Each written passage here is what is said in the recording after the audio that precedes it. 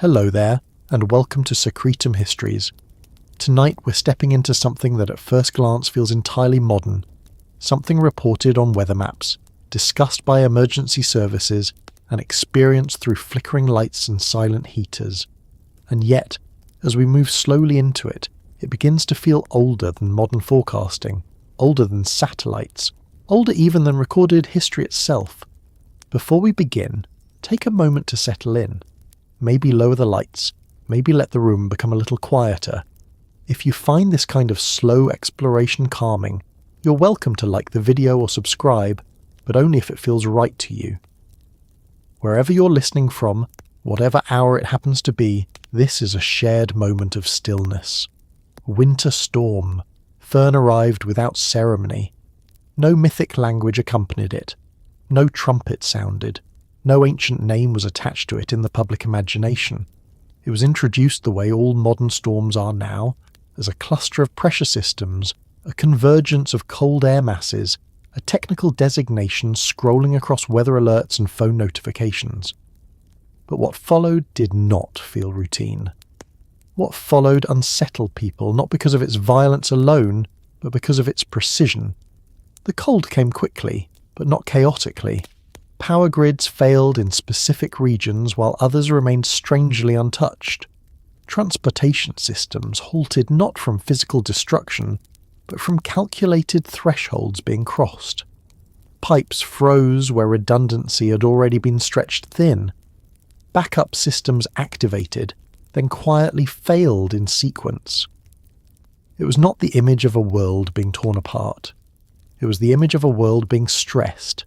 This distinction matters. Throughout human history, disasters that destroy indiscriminately are remembered as catastrophes. Floods that wipe away cities, earthquakes that level entire regions, fires that consume everything without preference. These events leave little room for interpretation beyond survival and loss. But Winter Storm Fern did something different. It pressed against systems rather than erasing them. It revealed dependencies rather than obliterating structures. It exposed fragility without fully collapsing the framework that held daily life together. For many people, the most unsettling moments were not the coldest nights or the strongest winds. They were the hours of waiting to see if power would return, waiting to learn whether water systems would hold, waiting to find out if emergency services could still respond, waiting. Not in chaos, but in suspension. Suspension is a concept that appears again and again in ancient texts, especially in traditions that describe resets rather than endings. The pause before judgment, the stillness before recalibration, the moment when activity slows enough for weaknesses to surface. In Sumerian literature, resets are never described as explosions. They are described as withdrawals. Silence where there was noise, stillness where there was excess, cold where there was heat, darkness where there was constant activity. These transitions are not framed as punishments in the way later traditions would interpret them. They are framed as necessary corrections. The Anunnaki, as they appear in the oldest texts, are not destroyers of worlds. They are administrators of balance, judges of thresholds, custodians of order when order begins to strain under its own weight, when populations grow too dense, when systems grow too loud, when structures begin to operate beyond sustainable limits. The word reset carries modern assumptions. It suggests erasure, starting over, wiping a slate clean.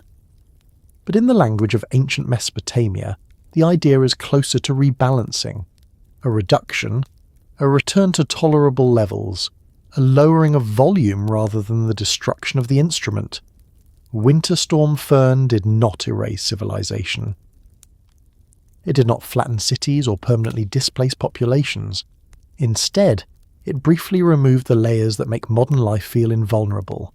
It took away warmth not everywhere, but in places where redundancy had been assumed. It removed light not permanently, but long enough for people to notice how dependent they were on uninterrupted flow. It interrupted movement not through physical barriers, but through environmental thresholds that systems were never meant to exceed for long.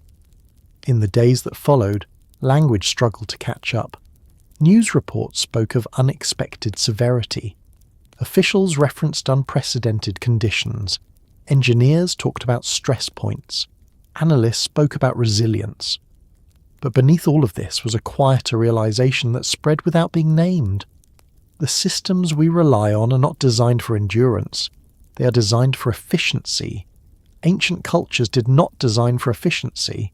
They designed for survival within cycles. Flood seasons were expected. Droughts were anticipated. Cold and heat were not anomalies but recurring tests. Infrastructure was slow, heavy and redundant not because it was advanced, but because it had to last through uncertainty. In Sumerian texts, the gods observe before they act. They listen before they intervene. Silence appears in the record not as absence, but as deliberation. When the Anunnaki are mentioned collectively, it is often in moments of judgment, not creation. They gather when something has reached a point of imbalance that cannot be ignored. Winter Storm Fern arrived during a period already defined by strain. Energy systems stretched by demand. Supply chains operating with minimal margin. Cities designed around continuous motion rather than pause. The storm did not create these conditions, it revealed them. This is why some people describe the experience not as fear but as unease. Fear is immediate and loud. Unease is slow and quiet. It grows in the absence of catastrophe, in the realization that collapse does not need violence to begin. It only needs interruption. In ancient narratives, resets are never announced. Humanity is not warned in advance. The signs are subtle. Changes in weather, shifts in animal behavior, irregularities in systems that had always functioned before. Those who notice early are not described as prophets. They are described as attentive. The Anunnaki do not speak directly to humanity in these texts. They operate through conditions, through environments, through adjustments to the parameters that allow life to function comfortably. When humanity becomes too loud, the world becomes quieter. When activity becomes excessive, movement slows. When heat accumulates, cold arrives. Winter Storm Fern followed this pattern without invoking mythic language. It introduced quiet into spaces accustomed to noise. It brought darkness into areas saturated with light. It forced stillness in cultures built around constant motion. What made it feel different was not its intensity, but its timing. It arrived in a world already questioning its stability, already aware that systems were fragile, even if that awareness was usually pushed aside by convenience. The storm did not answer those questions. It made them unavoidable. In Sumerian thought, tests are not punishments. They are measurements.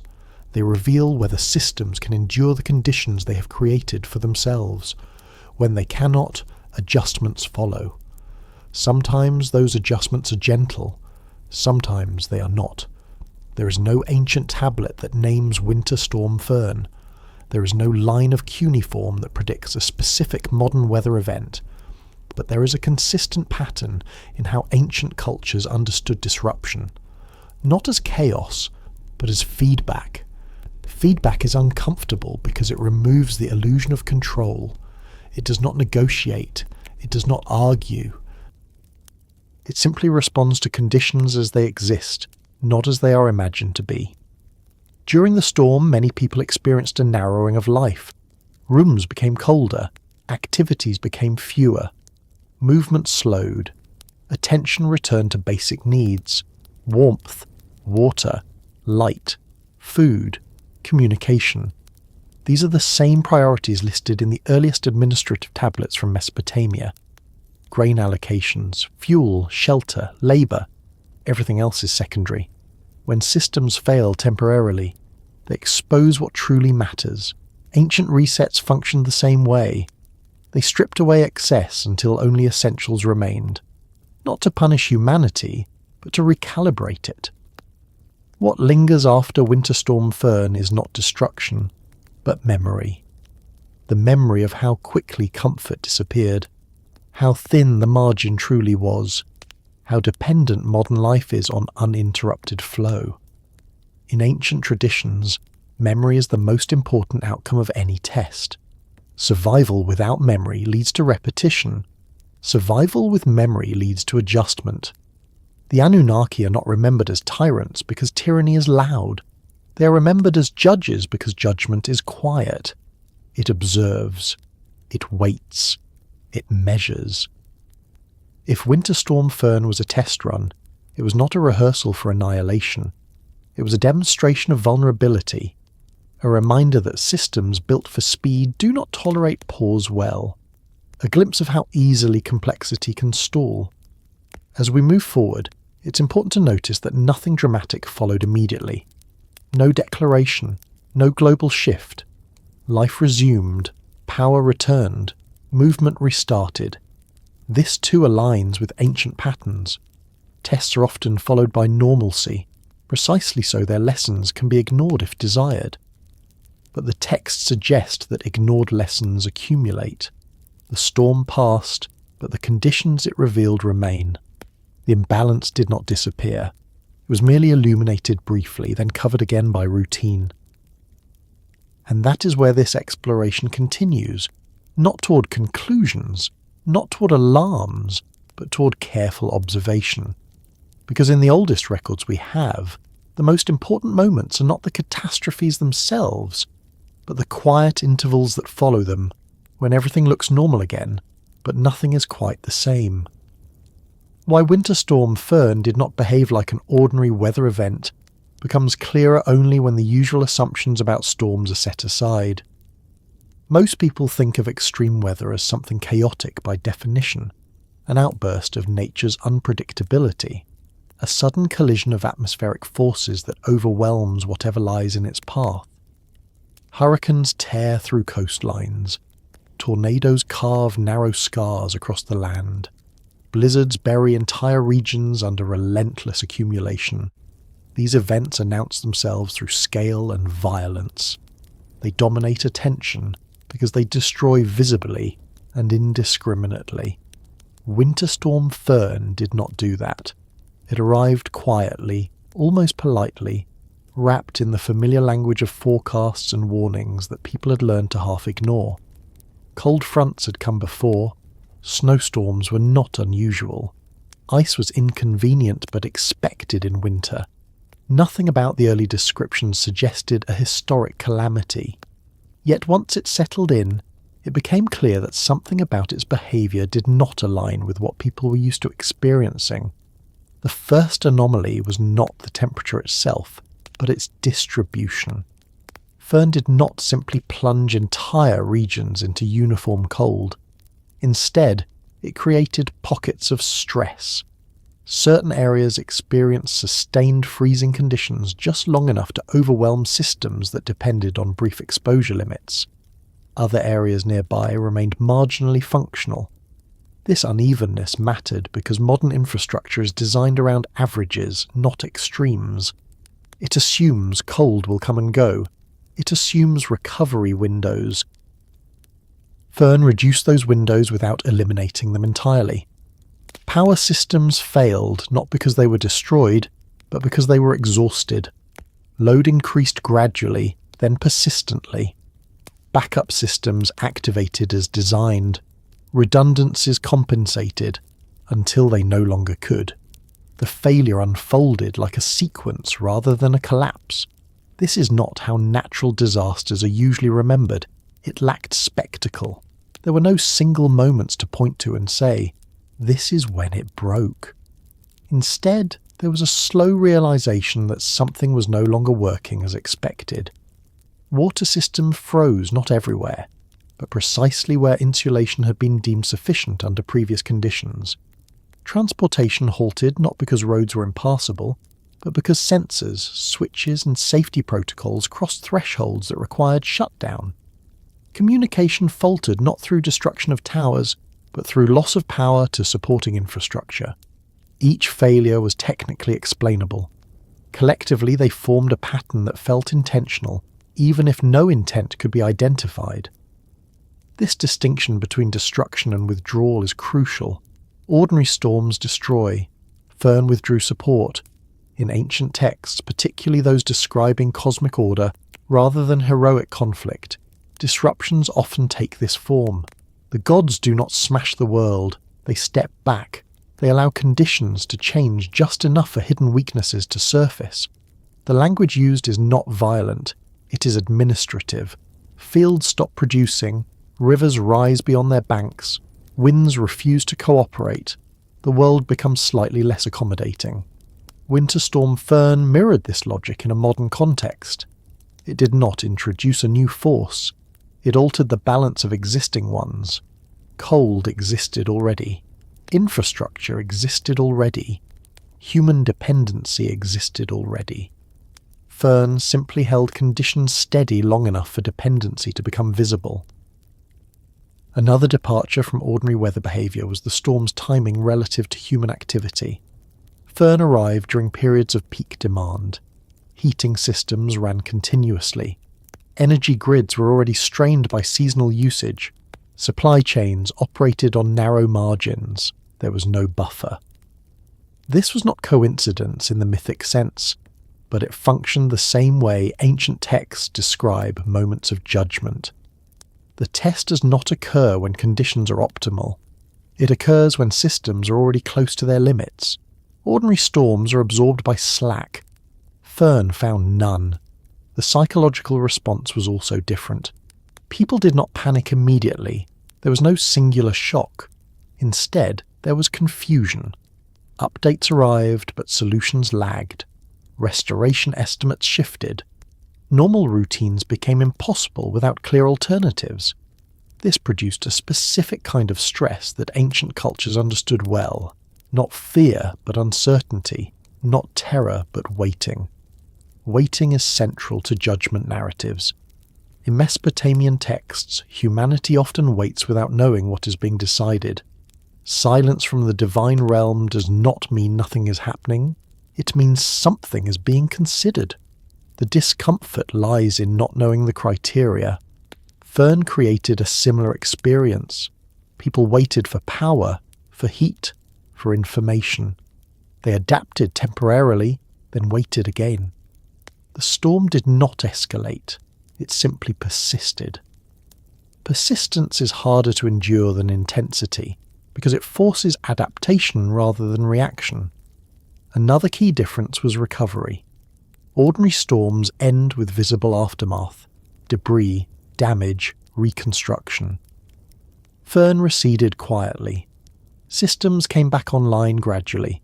Normality returned unevenly. There was no clear moment of resolution. This lack of closure contributed to unease. Ancient reset narratives often end the same way. Life resumes, but conditions have changed. Lifespans shorten, limits are imposed, the world is quieter. Fern imposed no explicit limits, yet many people altered behaviour afterward. Emergency supplies were reassessed. Questions about grid resilience emerged. Conversations about dependency became more common. This is exactly what ancient tests were meant to provoke. Not destruction, but reflection. The storm also highlighted something modern culture rarely acknowledges. Complexity is fragile. Systems that rely on constant coordination fail differently than simple ones.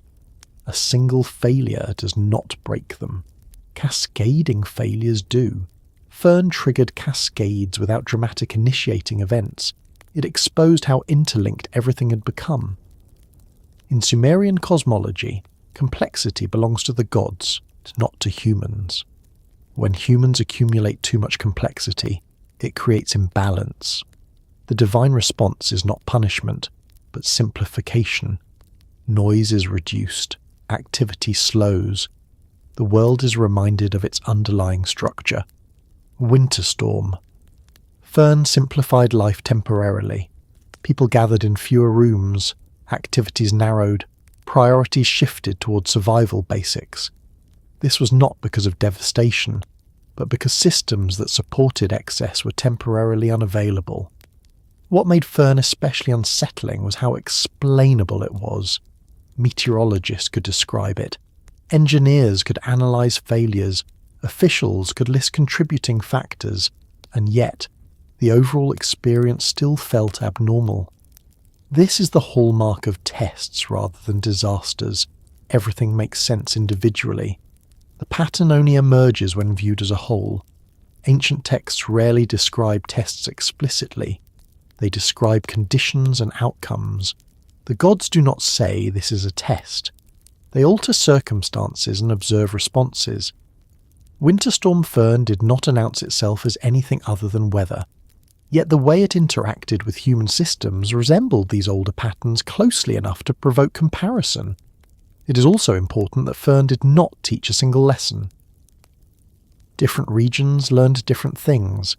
Some discovered weaknesses in infrastructure, others in communication, others in social preparedness. Tests reveal variability, disasters flatten it. Finally, Fern did not inspire mythic storytelling in the usual sense. There were no heroic narratives, no central figures. This absence is itself significant. In administrative cosmologies, heroes are irrelevant. Systems matter more than individuals. Survival depends on structure, not bravery. Winter Storm Fern behaved less like an enemy and more like an audit. It arrived, applied pressure, revealed deficiencies, then moved on. Nothing was conquered. Nothing was resolved. The storm did not feel like an ending because it was not won. It felt like an interruption with implications that extended beyond its duration. In ancient understanding, this is how the world signals imbalance. Not through fire from the sky, but through subtle failure. Not through annihilation, but through inconvenience magnified until it becomes instructive.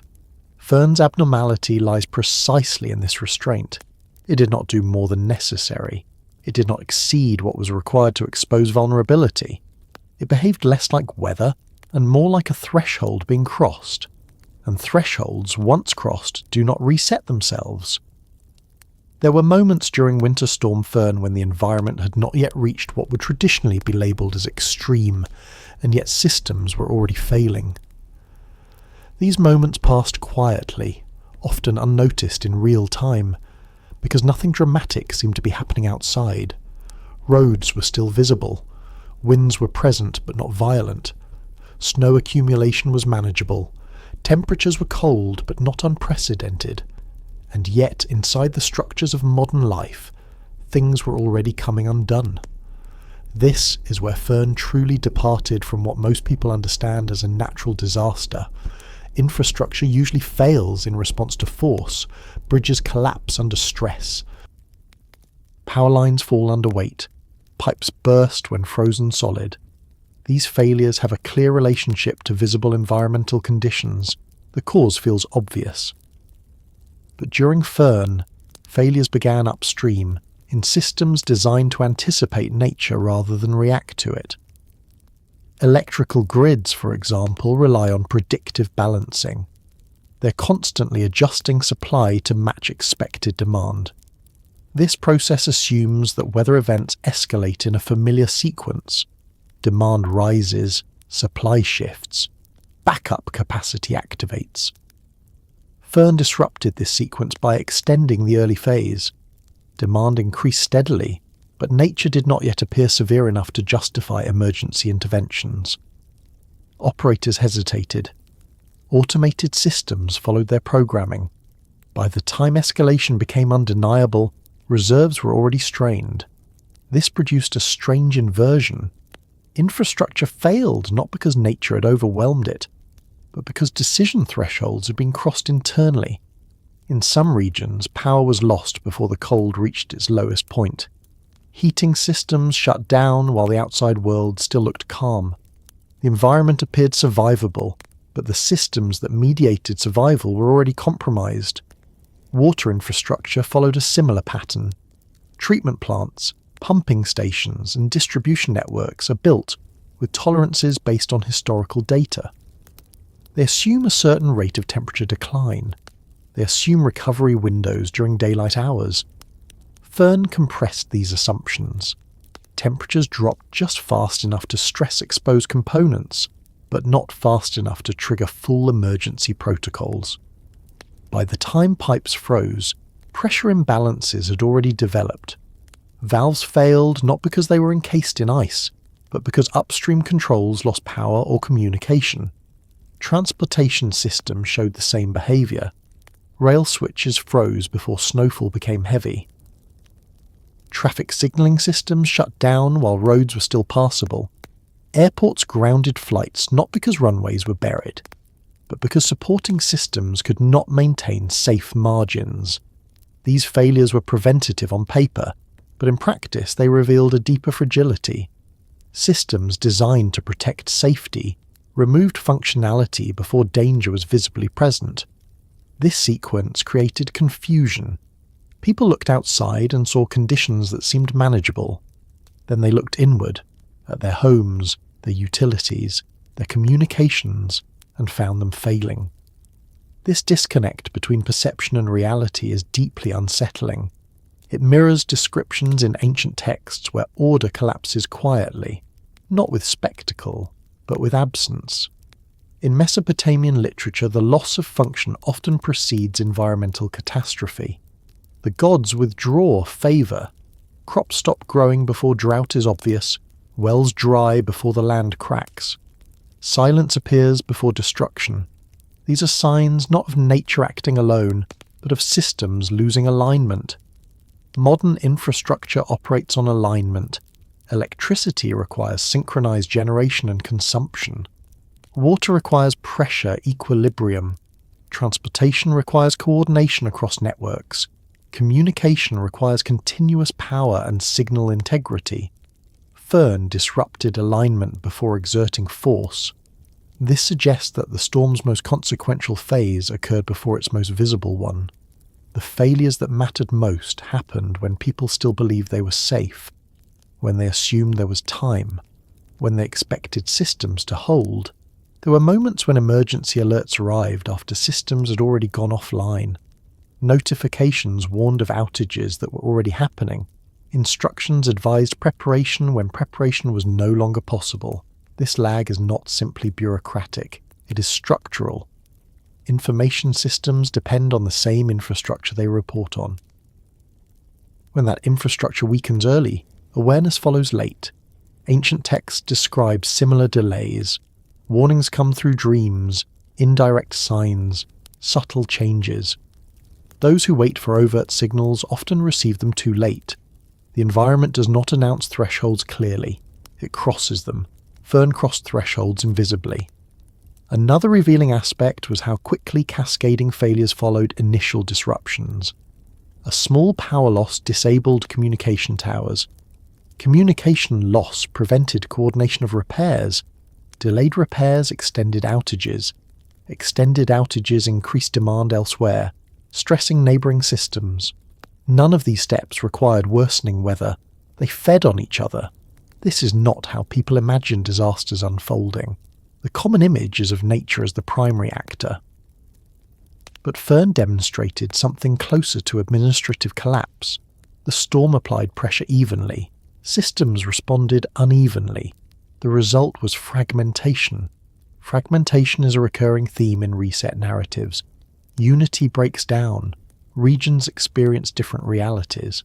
Some areas remain functional. Others enter darkness. The world becomes uneven again, closer to its pre-civilized state. In ancient understanding, this is not failure. It is exposure. Modern society assumes uniformity, the same services everywhere, the same standards, the same expectations. Fern disrupted this assumption. People a few miles apart experienced radically different conditions. Some retained heat and light, others did not.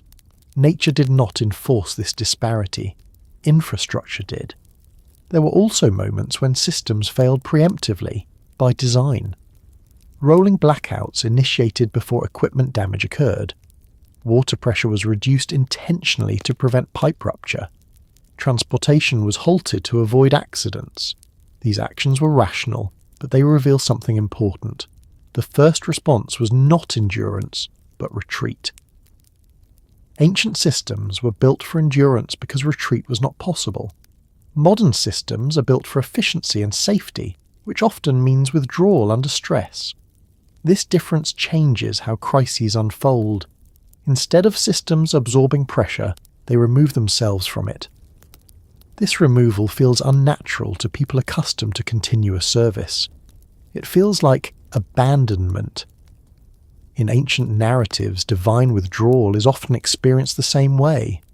The gods do not attack. They leave. The world continues, but without support. During Fern, many people describe the experience not as being assaulted by nature, but as being cut off from warmth, cut off from information, cut off from mobility. These absences mattered more than the cold itself. The storm also revealed how dependent infrastructure is on assumptions of cooperation. Fuel deliveries require open roads, repairs require communication, staffing requires transportation. When small disruptions accumulate, cooperation becomes impossible even without physical barriers. Fern interrupted cooperation early. There were reports of repair crews unable to reach sites because support services were unavailable, not because roads were blocked by snow, but because fuel stations lacked power, or because dispatch systems were offline, or because safety protocols prevented deployment under uncertain conditions. Each decision was reasonable. The result was paralysis. Paralysis appears in ancient texts as a precursor to judgment. When systems stop responding, when commands go unanswered, when activity ceases despite absence of destruction, this is when balance is reassessed. Fern created modern paralysis in subtle ways. Offices closed, schools halted, services paused, life narrowed. Not because the environment demanded it absolutely, but because systems could not coordinate reliably. Another striking element was how early human behavior shifted in response to infrastructure failure rather than environmental threat. People conserved energy before temperatures reached their lowest. They gathered in fewer rooms.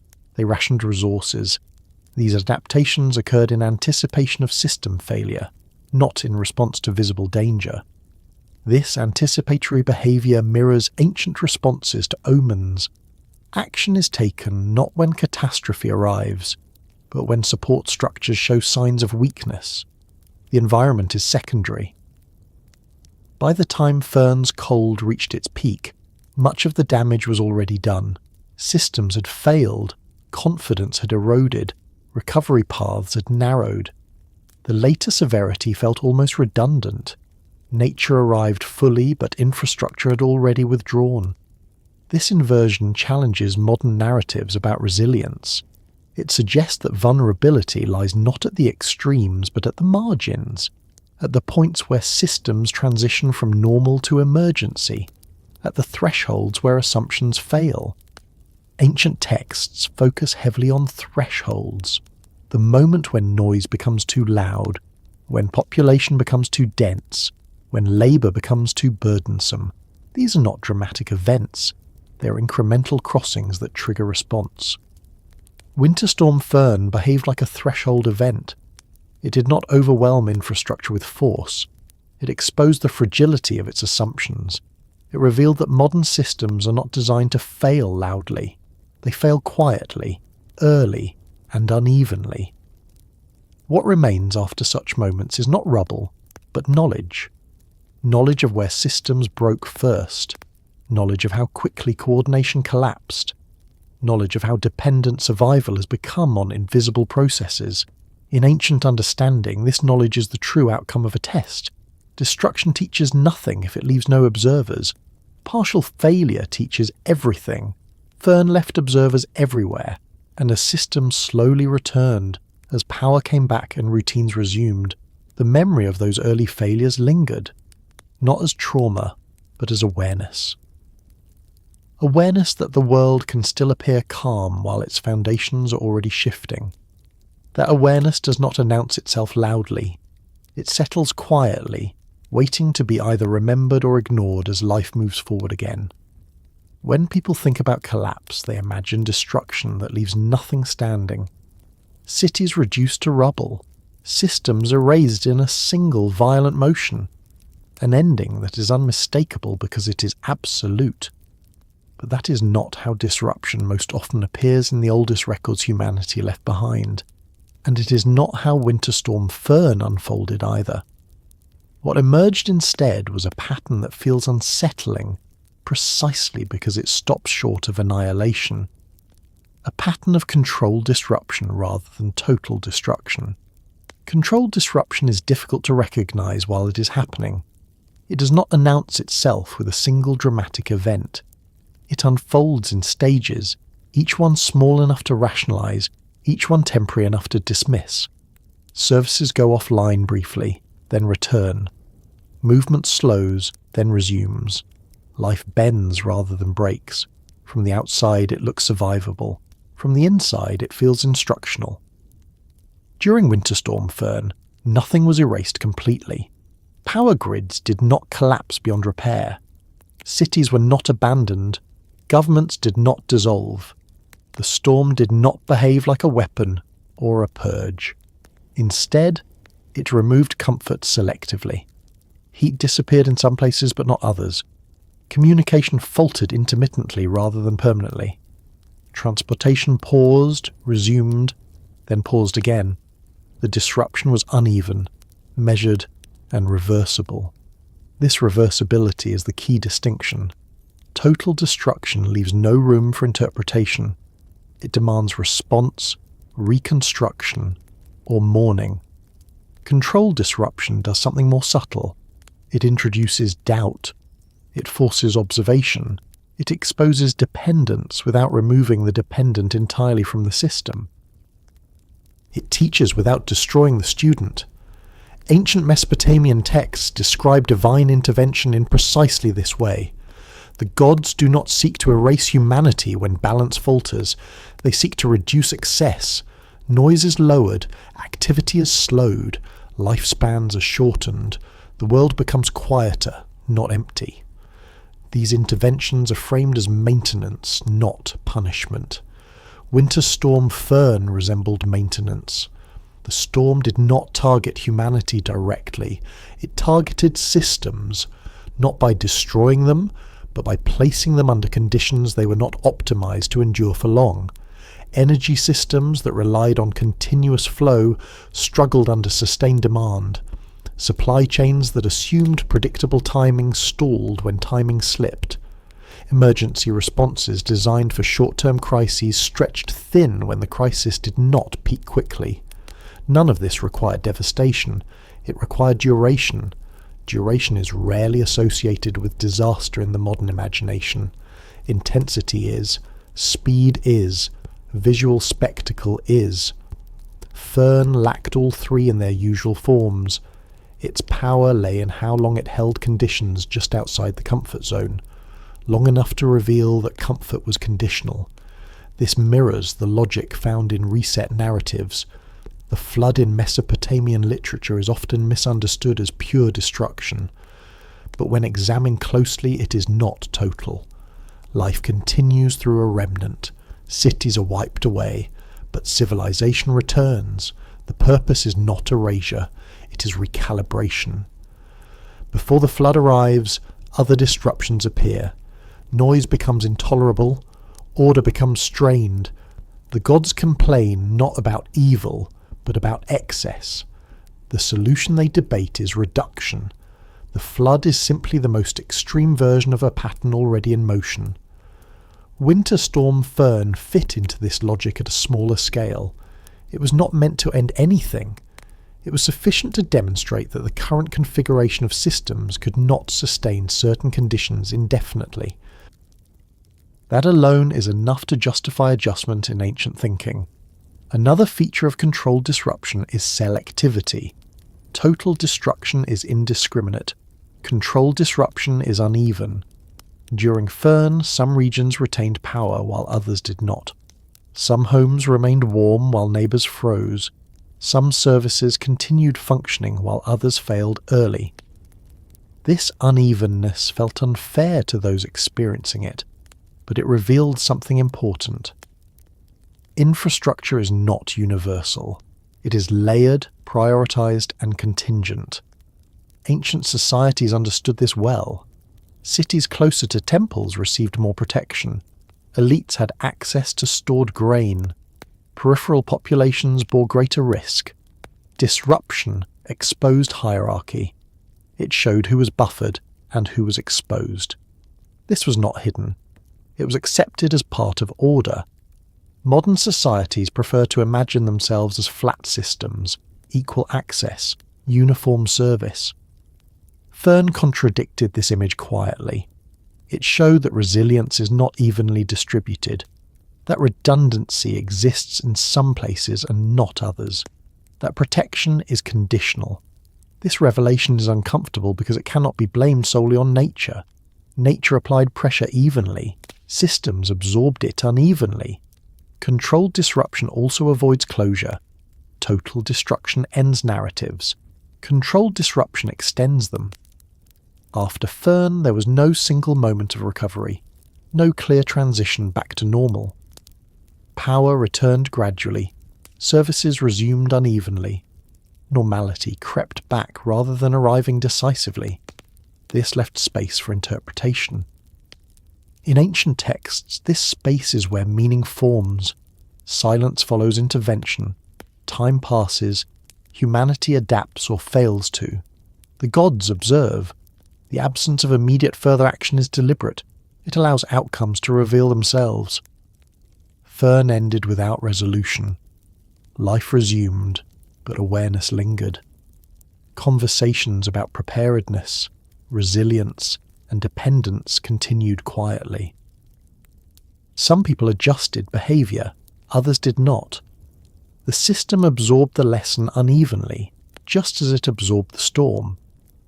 Another hallmark of controlled disruption is that it does not require intent to function as instruction. Ancient texts do not always attribute resets to deliberate malice. Sometimes imbalance simply triggers response. When noise exceeds tolerance, quiet follows. When strain exceeds capacity, release occurs. These are presented as natural consequences rather than moral judgments. Winter Storm Fern did not need to be intentional to function this way. Its effect was instructional, regardless of cause. It showed that modern systems operate close to their limits, that efficiency has replaced endurance, that redundancy has been optimized away. These truths did not require destruction to become visible. Total destruction is dramatic but inefficient as a teaching mechanism. It removes the very systems that need correction. Controlled disruption preserves systems while revealing their flaws. It is corrective rather than terminal. This logic appears again and again in ancient administrative texts. Gods assign roles, monitor outcomes, and intervene minimally when necessary. When labour becomes too burdensome, humans are created. When humans become too numerous, limits are imposed. The goal is stability, not dominance. Fern imposed no explicit limits, but it hinted at them. It suggested that certain configurations of energy production, distribution, and consumption may not be sustainable under extended stress.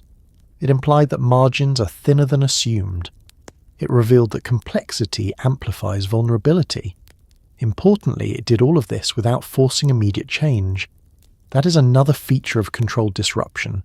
It offers information without compulsion. It allows systems to continue as they are, while increasing the cost of ignoring what has been revealed. In ancient understanding, this is mercy as much as judgment. Humanity is given the opportunity to adjust before harsher measures become necessary. Silence after intervention is not indifference, it is allowance. Winter Storm Fern passed. No global reset followed. No dramatic escalation occurred.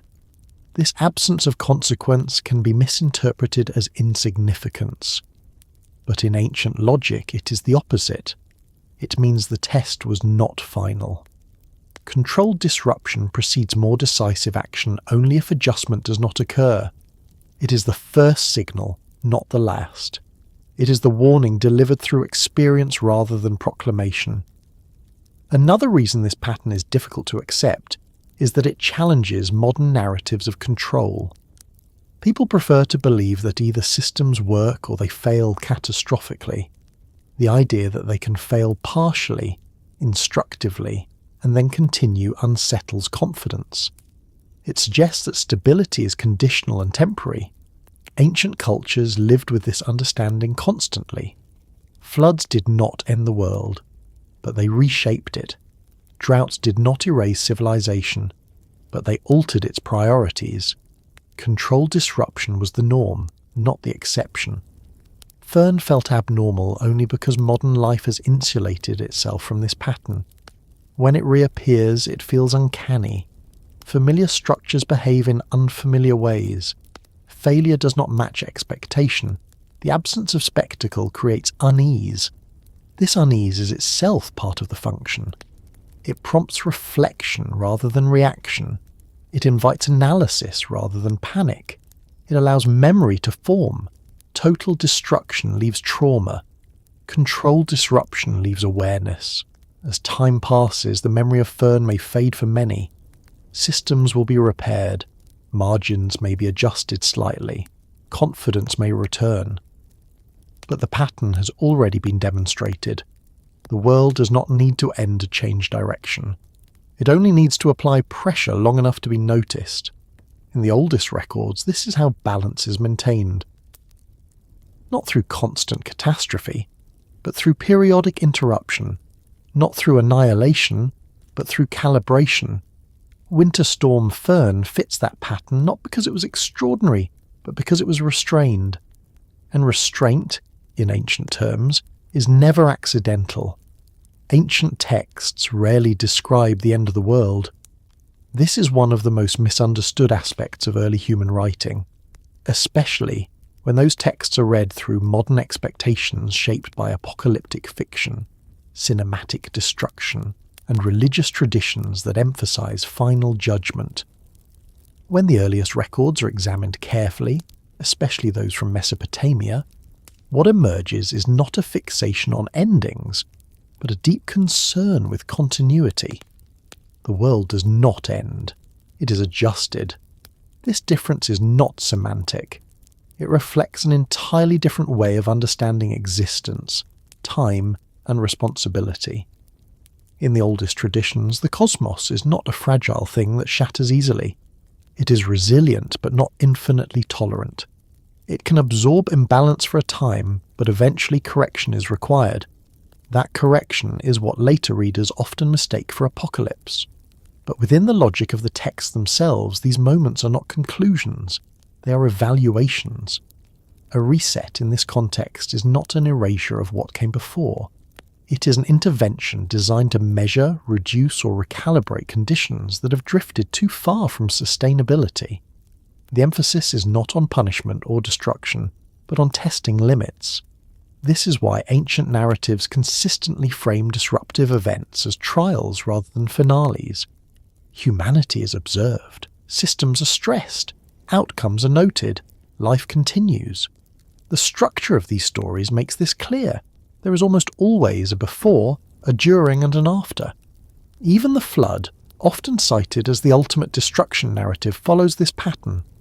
The world exists before the flood. It changes during the flood. It continues afterward, altered, but intact. Kingship resumes. Cities are rebuilt.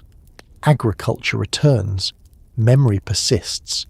If the intention were an ending, there would be no need for survival, no need for preservation, no need for continuity. And yet, preservation is central. Seeds are saved. Animals are gathered. Knowledge endures. The future is anticipated even in the midst of catastrophe. This reveals the true function of the reset. It is diagnostic. In administrative cultures like Sumer, testing was fundamental. Fields were tested for fertility. Labour was tested for productivity. Flood levels were measured. Offerings were weighed. Everything that mattered was assessed periodically to ensure balance. This mindset extended naturally into cosmology. The world itself was subject to review. Resets occur when imbalance becomes systemic rather than local, when noise becomes constant, when population exceeds management capacity, when labour becomes unsustainable. These are not moral failures in the modern sense, they are logistical failures. Ancient gods are administrators before they are moral judges. They oversee processes, they assign roles, they intervene when systems no longer function within acceptable parameters. Their concern is not with individual virtue, but with collective stability. This is why ancient texts describe humanity's transgressions not in terms of sin, but in terms of excess. Too many people, too much noise, too much activity, too much strain. The problem is not that humans are evil, but that they are successful beyond what the system can sustain. In this framework, a reset functions like a stress test. Conditions are altered to see what breaks, what adapts, and what endures. The outcome determines what must change going forward. This logic also explains why warnings are rarely explicit. A test loses value if its criteria are announced in advance. If humanity knows exactly what will trigger intervention, behaviour can be adjusted temporarily without addressing underlying imbalance. Ancient texts reflect this understanding. Signs are indirect, omens are ambiguous, silence prevails until action occurs. This is not cruelty, it is methodology. Modern readers often expect justice narratives, clear accusations, clear punishments, clear resolutions. Ancient narratives offer none of these comforts. They present events without editorializing. They describe outcomes without moralizing excessively. The reader is left to infer meaning from patterns rather than pronouncements. This pattern-based storytelling reinforces the idea of testing. The same types of disruptions recur: floods, droughts, cold, heat, darkness, silence. These are not unique events, they are tools. Each one stresses a different aspect of human organisation. Floods test settlement placement and water management. Droughts test storage and foresight. Cold tests shelter and energy. Silence tests communication and cohesion. None of these end humanity. They reveal weaknesses. Ancient texts also make clear that resets are proportional. They escalate only when earlier corrections fail. Minor disruptions precede major ones. Reduced harvest come before famine. Local floods come before regional ones. Warnings are embedded in experience rather than proclamation. This graduated response strongly suggests that the goal is correction, not annihilation.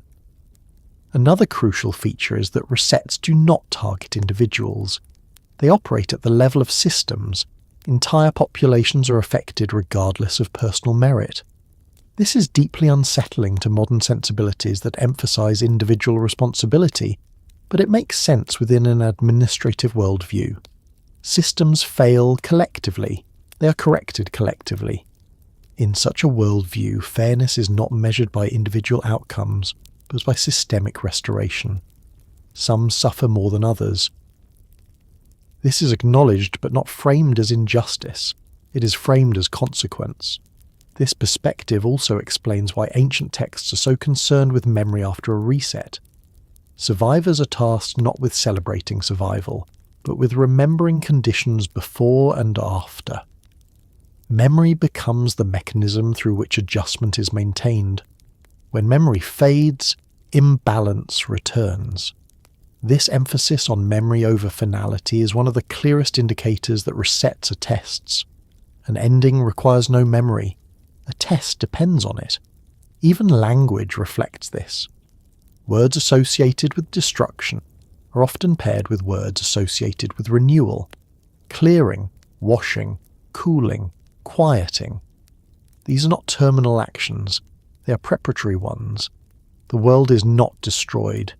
It is made ready for continuation under revised conditions. This understanding of resets also reframes the role of humanity. Humans are not passive victims of divine wrath. They are participants in a system that responds to their collective behaviour. They influence conditions even if they do not control outcomes. This creates a feedback loop. Humanity expands. Systems strain. A reset occurs. Humanity adapts. Expansion resumes, often more cautiously. Over time, this cycle produces culture, technology, and governance. Ancient texts are records of this process, not warnings of doom. When these texts are read as apocalyptic, something essential is lost. The focus shifts from responsibility to fear, from adjustment to inevitability, from agency to helplessness. This is a modern projection, not an ancient one. In the ancient worldview, endings are rare because they are inefficient. They waste accumulated knowledge. They reset too much. Tests preserve what works while exposing what does not. This is why even the most severe resets leave remnants. Survivors are chosen not because they are morally superior, but because they embody continuity. They carry knowledge forward. They rebuild within new constraints. The world after a reset is quieter, more limited, but also more stable. Lifespans shorten. Populations are controlled. Excess is reduced. These changes are not portrayed as tragedies, but as necessities. Winter Storm Fern fits into this logic not because it was mythic, but because it behaved diagnostically. It did not remove civilization, it stressed it. It revealed which systems failed first, which regions were vulnerable, which assumptions were fragile. Nothing ended. Something was measured. The ancient framing of resets as tests also explains why urgency is muted in the texts. There is no panic, no rush. Events unfold according to process. Time stretches. Silence follows. Observation continues. This patience is difficult to reconcile with modern crisis narratives that demand immediate resolution. But in ancient thought, resolution comes later, through gradual change, not instant transformation. The test itself is only the beginning. Another important aspect is that tests do not guarantee improvement.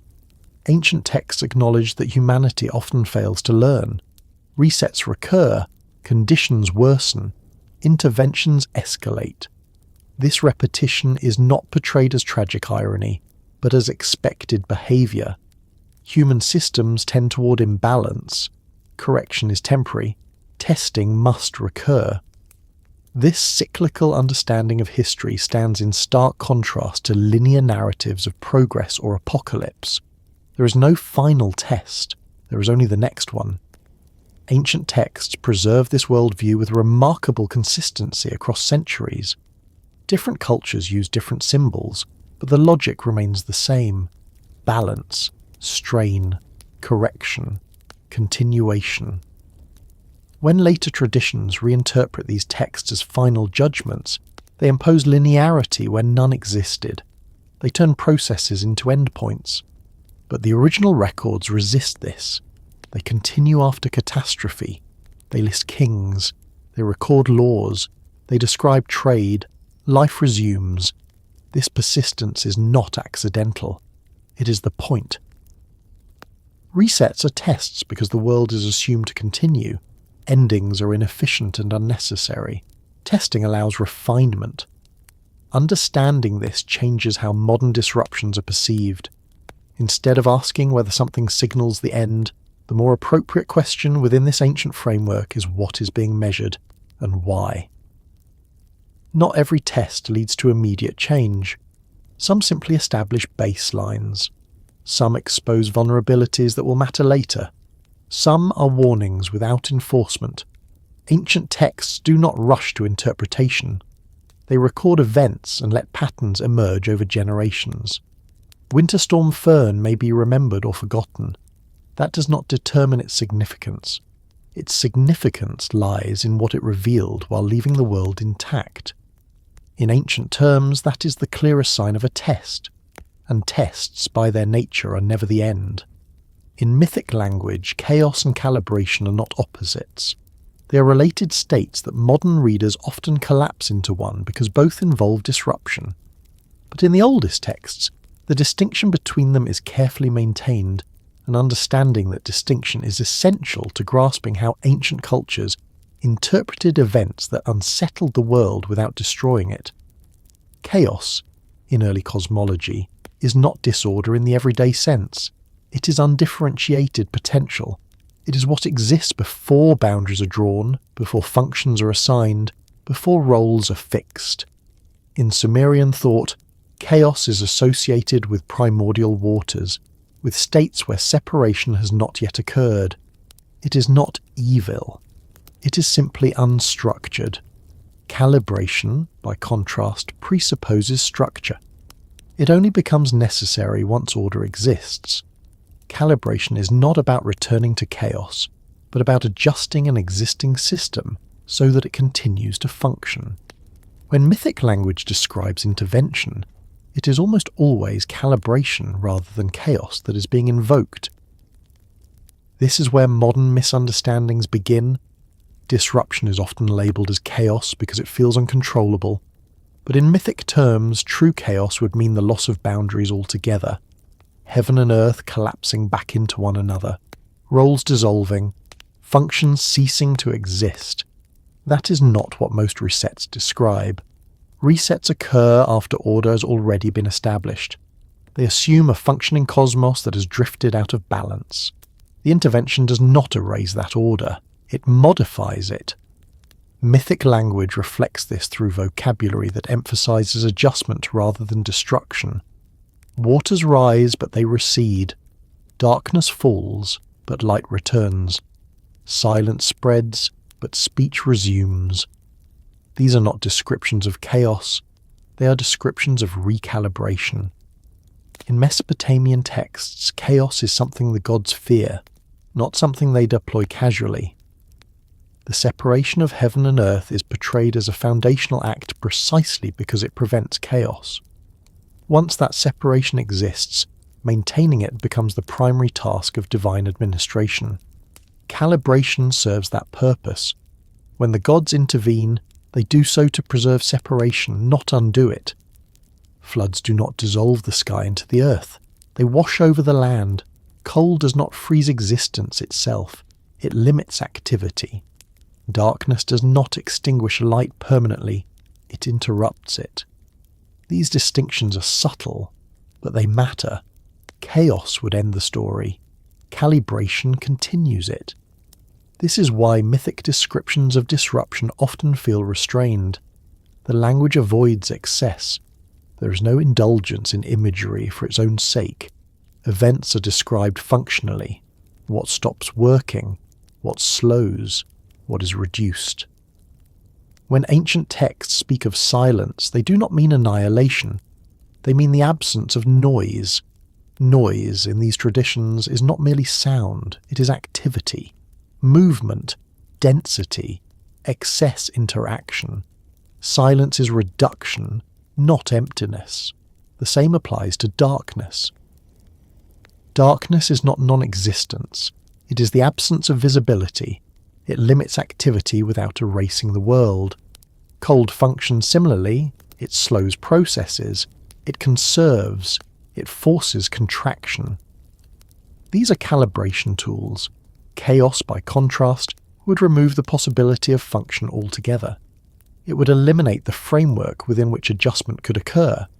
That is why chaos appears primarily at the beginning of creation myths, not at their moments of intervention. Modern language often fails to preserve this distinction. Any disruption is labelled chaotic because it disrupts comfort. But mythic language is not concerned with comfort. It is concerned with order.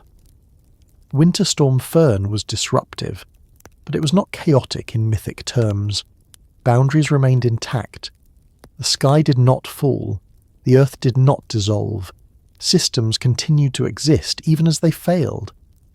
That failure occurred within structure, not outside it. Calibration often feels worse than chaos to those experiencing it, because it removes support without removing responsibility. In chaos, nothing is expected. In calibration, expectations remain, but conditions change. People must adapt within constraints rather than surrender entirely. Ancient texts reflect this psychological reality. Humanity is often depicted as confused rather than terrified during resets. Confusion arises when familiar patterns persist but behave differently. Chaos would remove patterns entirely. This is why mythic language around resets includes ambiguity. Omens are unclear, signs are indirect, silence dominates. These are features of calibration. Chaos would be unmistakable. Calibration also implies reversibility, not complete reversal, but partial recovery. Systems are expected to resume under new conditions. This expectation shapes how events are narrated. There is always an after. Mythic language is careful to preserve continuity. Even when describing immense suffering, it avoids language that would suggest the end of existence. The earth remains, the heavens remain, the gods remain. Humanity, reduced but present, continues. This continuity distinguishes calibration from punishment. Punishment aims to deter behavior through suffering. Calibration aims to restore function through adjustment. Suffering may occur, but it is incidental rather than central. In mythic terms, chaos would be wasteful. It would destroy accumulated order, knowledge, and structure. Calibration preserves what works and reveals what does not. It is efficient. This efficiency is reflected in the selective nature of interventions. Not everything fails. Not everyone is affected equally. This unevenness is not portrayed as injustice in ancient texts. It is portrayed as outcome. Modern readers often react strongly to this unevenness because it clashes with contemporary ideals of fairness. But mythic language operates on a different axis. Balance matters more than equality. Stability matters more than comfort. Calibration accepts disparity as a diagnostic tool. It shows where buffers exist and where they do not. It reveals hidden hierarchies. It exposes assumptions. Chaos would flatten these distinctions. Calibration highlights them. Another important linguistic marker is the absence of finality. Mythic language rarely closes narratives with absolute statements. There is no equivalent of, and then it was over forever. Instead, phrases imply continuation. Afterwards, when the waters receded, when the cold lifted, when silence ended, this open-endedness signals calibration. Chaos would not require continuation. There would be nothing left to continue. The difference between chaos and calibration is also temporal. Chaos is timeless. It exists outside sequence. Calibration is temporal. It unfolds. It has duration. It has phases.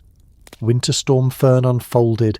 It had onset, persistence, and withdrawal. Systems failed, adapted, and recovered. Time mattered. Sequence mattered.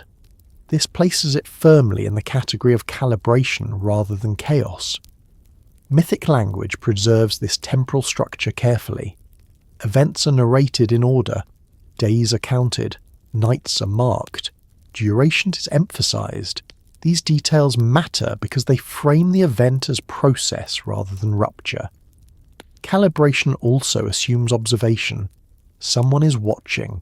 Someone is recording. Someone is learning. Ancient texts themselves are evidence of this. They exist because events were meant to be remembered and analysed, not simply survived. Chaos would not require record-keeping. Calibration depends on it. This is why mythic texts often include lists after disruptive events. Kings, laws, measurements, genealogies. These lists signal re-established order under new parameters.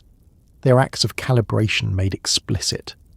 Modern discussions of disruption rarely include this dimension.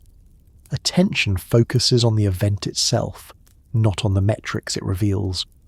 But in ancient thought, metrics are everything. How long did it last? What failed first? What endured? Winter Storm, Fern produced similar metrics, even if they were not framed mythically. Response times, outage durations, failure points, recovery sequences. These are modern equivalents of ancient lists. The language used to describe Fern in official reports was technical rather than mythic, but the function was the same, documenting calibration. Understanding the difference between chaos and calibration also changes how future events are interpreted. Not every disruption is a warning of collapse. Many are adjustments. Some are early-stage interventions meant to prevent larger failures later.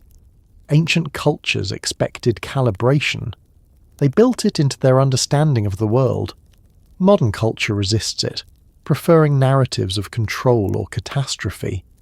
When calibration occurs, it feels uncanny. That uncanniness is not evidence of chaos. It is evidence of misalignment between expectation and reality. Mythic language was designed to reduce that misalignment. It provided a framework for understanding why the world would change without ending, why systems would fail without vanishing, why suffering could occur without final judgment. In that framework, the question is never whether the world is ending. The question is what is being adjusted. Chaos answers nothing, calibration asks quietly. And mythic language, when read carefully, never confuses the two. The Anunnaki are rarely introduced in ancient texts as bringers of sudden endings. This is one of the clearest points where modern expectations collide with ancient meaning. When people encounter the name today, it's often framed through narratives of catastrophe, invasion, or abrupt global collapse. But when the earliest records are examined without that overlay, a very different pattern emerges. The Anunnaki are not associated with final moments. They are associated with repetition. In the oldest layers of Mesopotamian tradition, the Anunnaki appear within an already functioning cosmos. They do not arrive at the beginning of creation, and they do not preside over its end. They emerge after structure has been established, after heaven and earth have been separated, after roles have been assigned to gods and humans alike. This placement alone tells us something essential. Beings associated with cycles appear only once cycles exist. Apocalypse implies linear time, a beginning, a progression, and an irreversible conclusion. Cycles imply something else entirely. They imply return, recurrence, and adjustment. They assume continuity even in disruption. The Anunnaki belong to this second way of seeing the world. In Sumerian and later Akkadian texts, the Anunnaki are most often described collectively, not individually. They are not heroes with personal arcs. They are not rebels or conquerors. They function as a council, a body, a group whose authority comes from consensus and continuity rather than force. Their power is administrative, not explosive. This matters because administration is cyclical by nature. It reviews, evaluates, adjusts, and repeats. An administrator does not destroy a system at the first sign of strain. They monitor it. They intervene proportionally. They recalibrate. The Anunnaki appear most clearly in texts concerned with fate, judgment, and balance. They are associated with decrees rather than actions, with decisions rather than battles, with outcomes rather than events. This places them firmly in the realm of cycles rather than apocalypses. When sudden destruction occurs in Mesopotamian mythology, it is rarely attributed directly to the Anunnaki as a group. Floods are associated with Enlil's irritation and authority. Creation is associated with Enki's ingenuity. Order is associated with An's sovereignty. The Anunnaki, by contrast, sit at the point where outcomes are weighed and consequences are formalized. They are the ones who confirm what happens next, not the ones who initiate chaos. This distinction is subtle, but ancient texts preserve it consistently. The Anunnaki are present when transitions occur, when eras shift, when conditions change. They are not present to announce the end of everything. They're present to ensure that whatever follows remains within cosmic bounds. This is why they are linked to the underworld rather than the sky. The underworld in Mesopotamian thought is not hell in the later moral sense. It is a place of continuity. Everyone goes there. Gods and mortals alike pass through its judgment. It is where cycles complete and begin again. The association of the Anunnaki with the underworld reinforces their cyclical function. They preside over the inevitable return of all things to a common state before re-emergence. Death is not an ending. It is a transition. Judgment is not annihilation. It is sorting. Modern apocalyptic thinking struggles with this because it seeks finality. It wants closure. Ancient thought was not built around closure. It was built around endurance. In Mesopotamian cosmology, the world has already ended once, in a sense. It ended when chaos was organized. It ended when heaven and earth were separated. These were not apocalypses. They were beginnings through division. Ever since then, the task has been maintenance. The Anunnaki belong to maintenance. They appear in myths when something must be decided that will affect the next phase of existence. They are invoked when fates are set, when lifespans are adjusted, when boundaries are reinforced. These are not the actions of beings preparing to wipe the slate clean. They are the actions of beings ensuring that the slate remains usable. Cycles require memory. Apocalypses erase it. The Anunnaki are always associated with memory. They remember decrees. They remember prior arrangements. They remember obligations. In later traditions, they are invoked as witnesses. Witnesses do not preside over endings. They preside over continuities. This is why the Anunnaki are named in lists, not stories. Their presence is recorded in administrative contexts. They are part of the structure rather than the narrative drama. Lists imply repetition. They are meant to be consulted again. Modern reinterpretations often miss this because they search for spectacle. They look for dramatic entrances and exits. But the Anunnaki do not enter dramatically. They are already there. They do not exit dramatically either. They persist. When ancient texts describe resets, the Anunnaki are often implied rather than emphasized. Their role is assumed. They are the background authority that makes adjustment legitimate. Without them, change would be arbitrary. With them, change is sanctioned. This is another reason they are associated with cycles. Cycles require legitimacy to function. Without legitimacy, repetition becomes chaos. The Anunnaki provide that legitimacy by anchoring transitions to established order. Sudden apocalypses, by contrast, do not require legitimacy. They require only force. Ancient cultures were well aware of force. They experienced floods, wars, famines.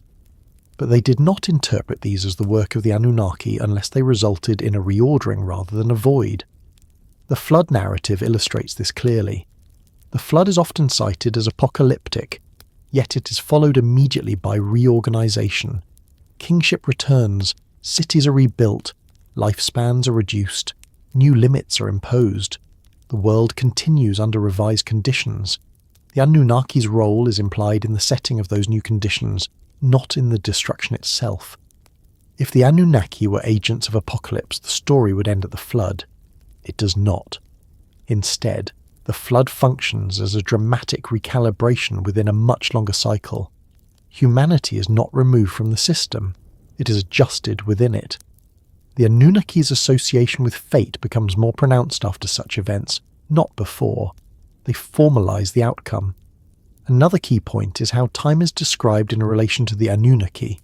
Their authority spans generations. They are not bound to moments. Apocalypses are moments. Cycles are durations. Ancient texts emphasize duration when discussing the Anunnaki. They endure. They remain. They preside across ages. This temporal language reinforces their cyclical role. They are not concerned with immediate effect. They are concerned with long-term balance. This perspective also explains why the Anunnaki are rarely individualized. Individuality implies narrative arcs. Arcs imply beginnings and endings. The Anunnaki function as a collective because cycles are collective phenomena. They affect populations, systems, and eras, not individuals.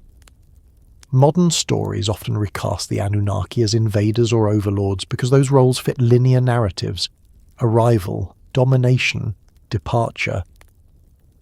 These are story-friendly patterns, but they are not textually grounded. In the actual records, the Anunnaki do not arrive. They emerge. They are born into the system. They do not leave.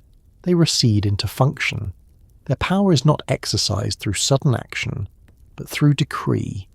Decrees are timeless. Once issued, they shape behavior until revised. This is how cycles are governed. A decree reducing human lifespan is not apocalyptic. It is cyclical.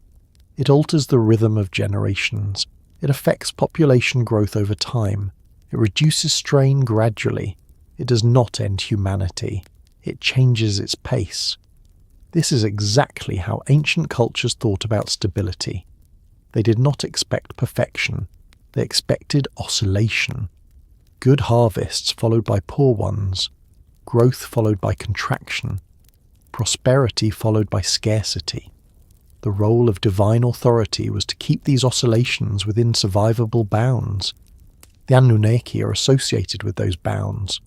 This association becomes even clearer when their later reinterpretations are compared to the original texts. When later traditions emphasize apocalypse, the Anunnaki fade from prominence. They are replaced by singular figures of judgment or destruction. This shift reflects a change in worldview, not in the original material. The earliest texts do not imagine a final end. They imagine an ongoing negotiation between order and excess. The Anunnaki sit at the table of that negotiation. Their judgments are not emotional, they are procedural. They are not framed as reactions to moral outrage, but as responses to systemic imbalance. This procedural nature aligns perfectly with cyclical thinking. Systems are monitored, thresholds are crossed, adjustments are made. Winter Storm Fern, when viewed through this lens, aligns with the Anunnaki's domain not because it was catastrophic, but because it functioned as a stress point within an ongoing cycle. It did not end modern civilization. It tested its margins. It revealed where balance had thinned. Sudden apocalypses leave no data. Cycles produce information. Ancient cultures valued information because survival depended on it. Calendars tracked seasons. Records tracked harvests. Lists tracked labour. The Anunnaki, as keepers of fate, exist within this informational worldview. Fate is not destiny in the modern sense. It is outcome based on conditions. This is why the Anunnaki are not feared in the way apocalyptic figures are feared. They are respected. They are inevitable. They represent the certainty that imbalance will be addressed eventually, not violently, but necessarily. The modern tendency to associate them with sudden global destruction says more about modern anxieties than ancient beliefs. It reflects a culture accustomed to linear progress, and therefore terrified of linear endings. Ancient cultures did not share this fear because they did not expect permanence. They expected return. Cycles are reassuring in this context. They imply that even disruption has precedent, that suffering has context, that recovery is part of the same pattern. The Anunnaki embody this reassurance, even when their judgments are severe. They are not symbols of annihilation. They are symbols of continuity under constraint. Understanding this distinction changes how ancient texts are read and how modern events are interpreted. Instead of asking whether something signals the end, the ancient question is whether it signals a turning point within an ongoing rhythm. The Anunnaki do not end rhythms, they regulate them, and regulation, by its nature, is cyclical. Systems rarely reveal their weaknesses when everything is functioning smoothly. Under normal conditions, flaws remain hidden beneath layers of redundancy, habit, and assumption. Daily operation masks fragility, because success reinforces the belief that success will continue. It is only when pressure is applied, not explosively but persistently, that the internal structure becomes visible. This is not accidental. It is how systems are designed to fail, and in ancient thinking, it is how they are designed to be understood. In moments of sustained stress, systems stop performing their ideal roles and begin behaving according to their actual construction. The difference between those two states is where insight emerges. Winter Storm Fern provided a modern example of this process, but the pattern itself is far older than modern infrastructure. Ancient cultures understood that systems could not be evaluated in comfort. They had to be tested at the margins. Stress does not need to be extreme to be effective. In fact, overwhelming stress often destroys too much, leaving little information behind. Moderate but prolonged stress is far more revealing. It forces systems to make choices. It exposes priorities. It shows which components are essential and which are ornamental. It highlights dependencies that are invisible during normal operation. During Fern, energy systems demonstrated this clearly. Grids did not fail because of a single catastrophic event. They failed because they were forced to operate continuously near capacity without relief.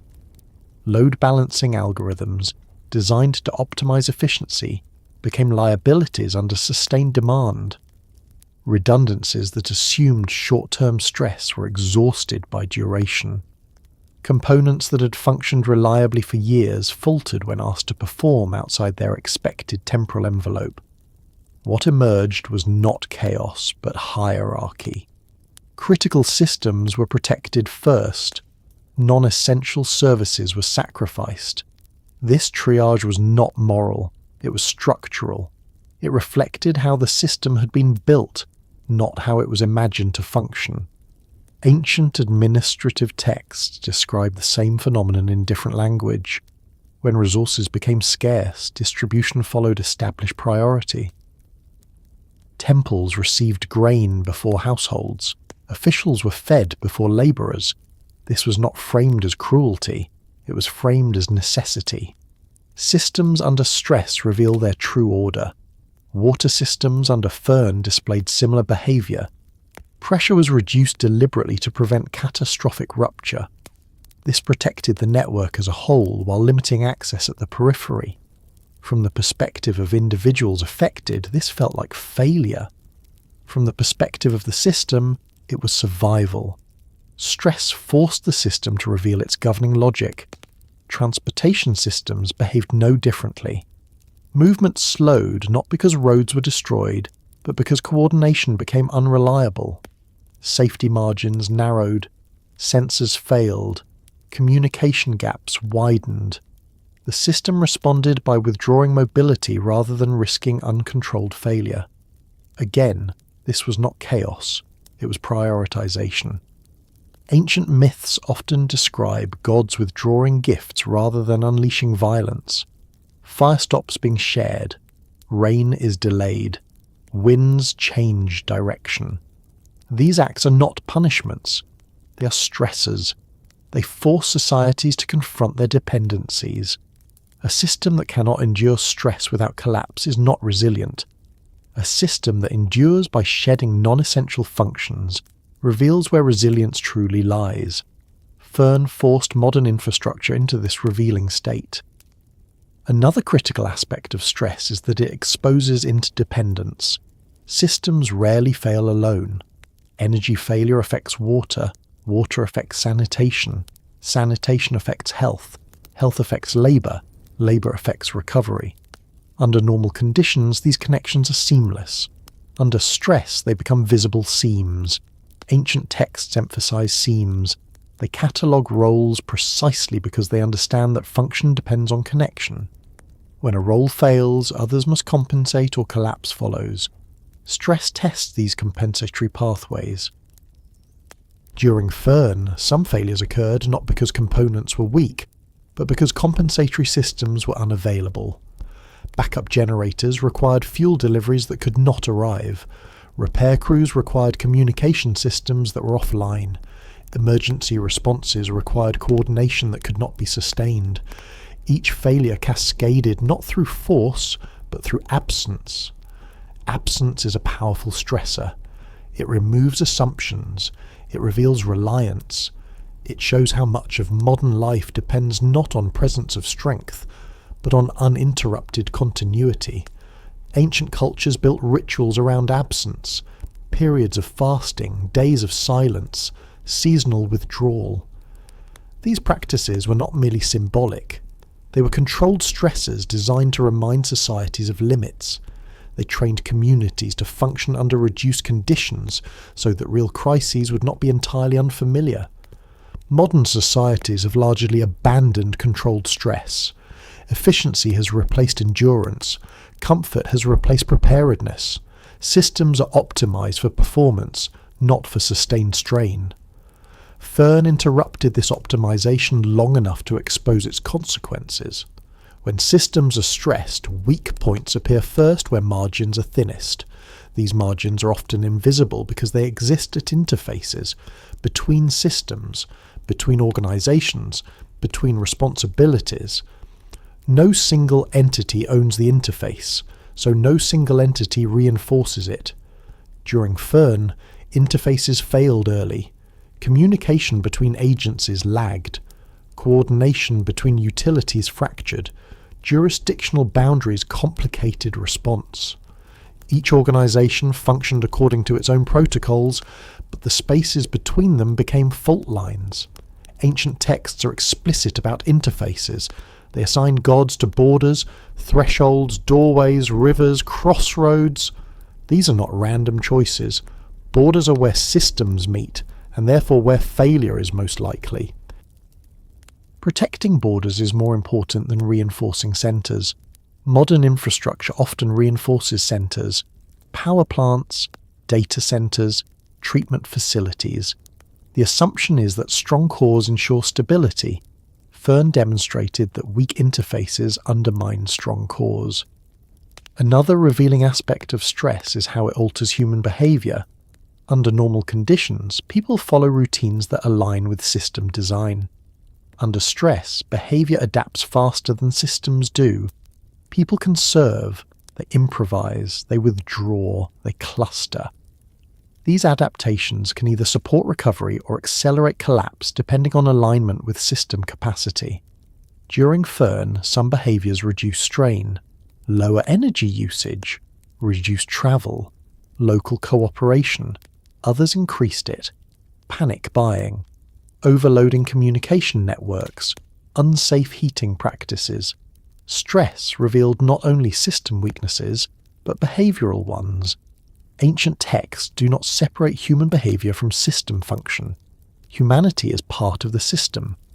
When humans act collectively, they influence outcomes. Noise in Mesopotamian texts is not just sound, it is activity, it is density, it is behaviour exceeding capacity. Stress tests behaviour as much as infrastructure.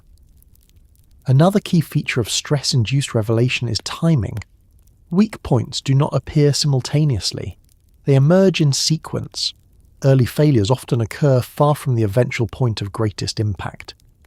These early failures are easy to dismiss because their consequences are not immediately severe. During Fern, minor outages preceded major ones. Small delays preceded widespread disruption. These early signs were warnings, but they were rationalized as anomalies. Ancient texts emphasize this rationalization. Signs are ignored because they are inconvenient.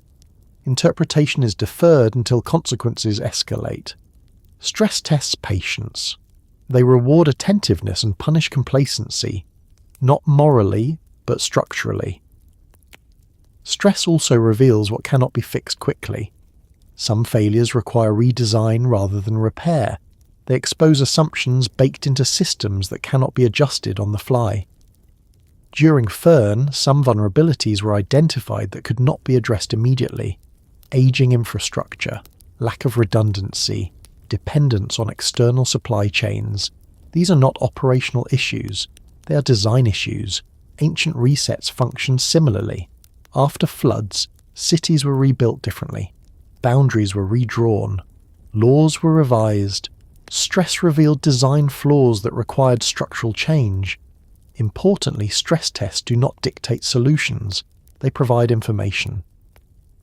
What is done with that information determines whether the system evolves or repeats failure. In ancient narratives, this is where fate is set. Not as destiny imposed, but as outcome determined by response. If lessons are integrated, balance improves. If ignored, stress recurs. Winter Storm Fern did not mandate change, it exposed necessity. Where the change occurs remains unresolved. Another uncomfortable truth revealed by stress is inequality. Systems protect some users better than others. During Fern, those with resources adapted more easily. Those without suffered more. This disparity is not accidental. It reflects system priorities. Ancient texts acknowledge disparity openly. They do not pretend that systems affect everyone equally. They focus instead on maintaining overall stability. This perspective is difficult for modern sensibilities, but it explains why stress reveals hierarchy. Hierarchy is not always imposed deliberately. It emerges from design, where resources flow first, where redundancy exists, where failure is tolerated. Stress makes this visible. One of the most important insights from stress testing is that resilience is not the same as robustness. Robust systems resist failure. Resilient systems adapt to it. Fern showed that modern infrastructure is robust in some ways and fragile in others. It resisted sudden shocks but struggled with sustained strain. Ancient systems were less robust but more resilient. They expected failure and adapted culturally. Modern systems expect success and adapt reactively. This difference shapes how stress is experienced. When systems fail unexpectedly, trust erodes. When failure is anticipated, adaptation feels purposeful. Ancient myths normalize failure. They integrate it into the story of the world. Modern narratives treat failure as aberration. This makes stress more psychologically disruptive. Stress also clarifies what is unnecessary. During Fern, many activities stopped without catastrophic consequence. Offices closed, travel ceased, consumption dropped, life continued in reduced form. This reduction revealed how much activity exists beyond necessity. Ancient resets often target excess. They remove what is not essential. This is not punishment. It is simplification. Simplification under stress reveals core functions: shelter, heat, water, communication, community. Everything else becomes secondary. Systems that cannot prioritize effectively under stress reveal their weak points. Those that can adapt reveal their strengths. Another dimension of stress-induced revelation is memory. Systems that document failure learn. Systems that erase it repeat it. Ancient cultures recorded floods, famines, and disruptions meticulously because memory was the only defense against recurrence. Modern systems generate vast data, but memory is fragmented across institutions. Lessons risk being lost amid complexity. Stress reveals not only physical weaknesses but informational ones. During Fern, data was collected, reports were written, analyses were produced. Whether these translate into memory remains uncertain. Ancient texts warn implicitly that forgetting is itself a weakness. The cycle continues because memory fades. Stress tests do not guarantee improvement. They only provide opportunity. This is a sobering realization. There is no automatic progression toward resilience. Systems can ignore what they reveal. In ancient thought, this is why tests recur, not because the gods are cruel, but because imbalance returns when lessons are lost. Winter Storm Fern fits this pattern. It stressed systems enough to reveal weak points. It did not enforce correction.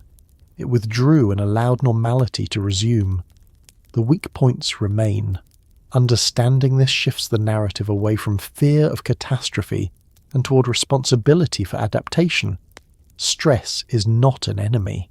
It is information delivered through experience rather than instruction. Ancient cultures understood this intuitively. Modern cultures are relearning it reluctantly. When systems are stressed, the question is not whether they will fail. The question is what they reveal when they do, and whether that revelation is acted upon or ignored. Stress does not end systems, it exposes them. An exposure, once experienced, cannot be undone, only remembered or forgotten as time moves forward again. Parallels between ancient reset narratives and modern grid failures become visible only when attention shifts away from spectacle and towards structure. Ancient texts are not interested in dramatic destruction for its own sake. They are concerned with how systems behave under strain, how order degrades, and how recovery unfolds afterward. When modern electrical grids falter, not explosively but incrementally, they echo these older patterns with surprising clarity. In ancient narratives, resets rarely begin with total collapse. They begin with imbalance. A god complains that the world has become too loud. Labour becomes excessive. Resources are strained. The system still functions, but it does so uncomfortably. The response is not immediate annihilation, but intervention that reduces pressure. Noise is quieted. Activity is limited. Flow is interrupted. Modern grid failures operate according to the same logic, even though the language surrounding them is technical rather than mythic. Electrical grids are designed to maintain balance at all times. Generation must match demand precisely. Frequency must remain within narrow tolerances. When that balance is threatened, the grid does not wait for destruction. It intervenes. Power is shed. Sections are isolated. Flow is reduced. This is not failure in the dramatic sense. It is controlled interruption.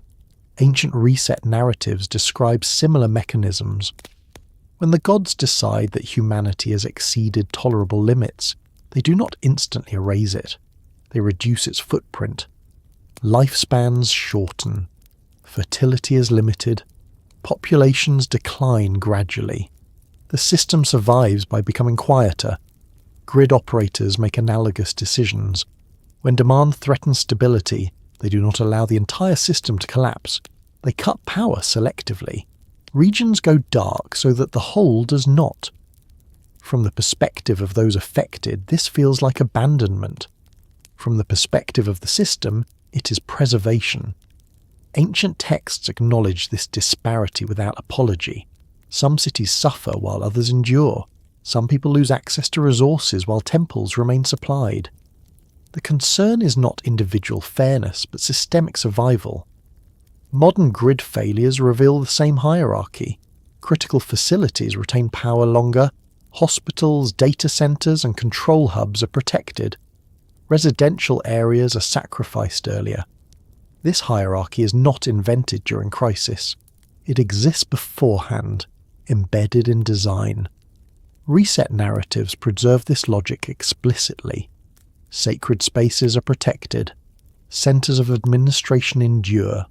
Peripheral regions absorb the shock. This is not portrayed as injustice. It is portrayed as order revealing itself under stress. Another parallel lies in how failure propagates. In ancient stories, disruption spreads through connection rather than force. Rivers overflow and affect fields downstream. Crop failure leads to famine. Famine leads to unrest. Unrest leads to divine attention. Each step follows logically from the last. Modern grids fail the same way. A single outage does not remain local. It alters load elsewhere. That alteration stresses other components. Protective systems trigger.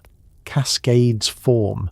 The failure spreads not because something is broken violently, but because everything is connected. Ancient narratives emphasize connection constantly. The world is not a collection of independent parts. It is an interdependent whole. When one domain falters, others respond. This interconnectedness is the reason resets occur. Local imbalance threatens global order. Grid failures expose this interdependence vividly. Electricity is not just power. It enables water treatment, communication, transportation, heating, and healthcare. When it falters, these domains follow. The failure appears sudden only because the connections are usually invisible. In ancient texts, connections are never invisible. They are named. Rivers, winds, fields, cities, gods. Each has a role. Each affects the others. When one fails, the narrative follows the chain. Another striking parallel is timing. Resets in ancient narratives often occur after prolonged strain rather than sudden shock. The gods tolerate imbalance for a time. Complaints are voiced. Warnings are implied. Only when the condition persists does intervention follow. Modern grid failures behave the same way. Short spikes in demand are manageable. Brief outages are absorbed. It is sustained stress that triggers protective shutdowns. Duration matters more than intensity.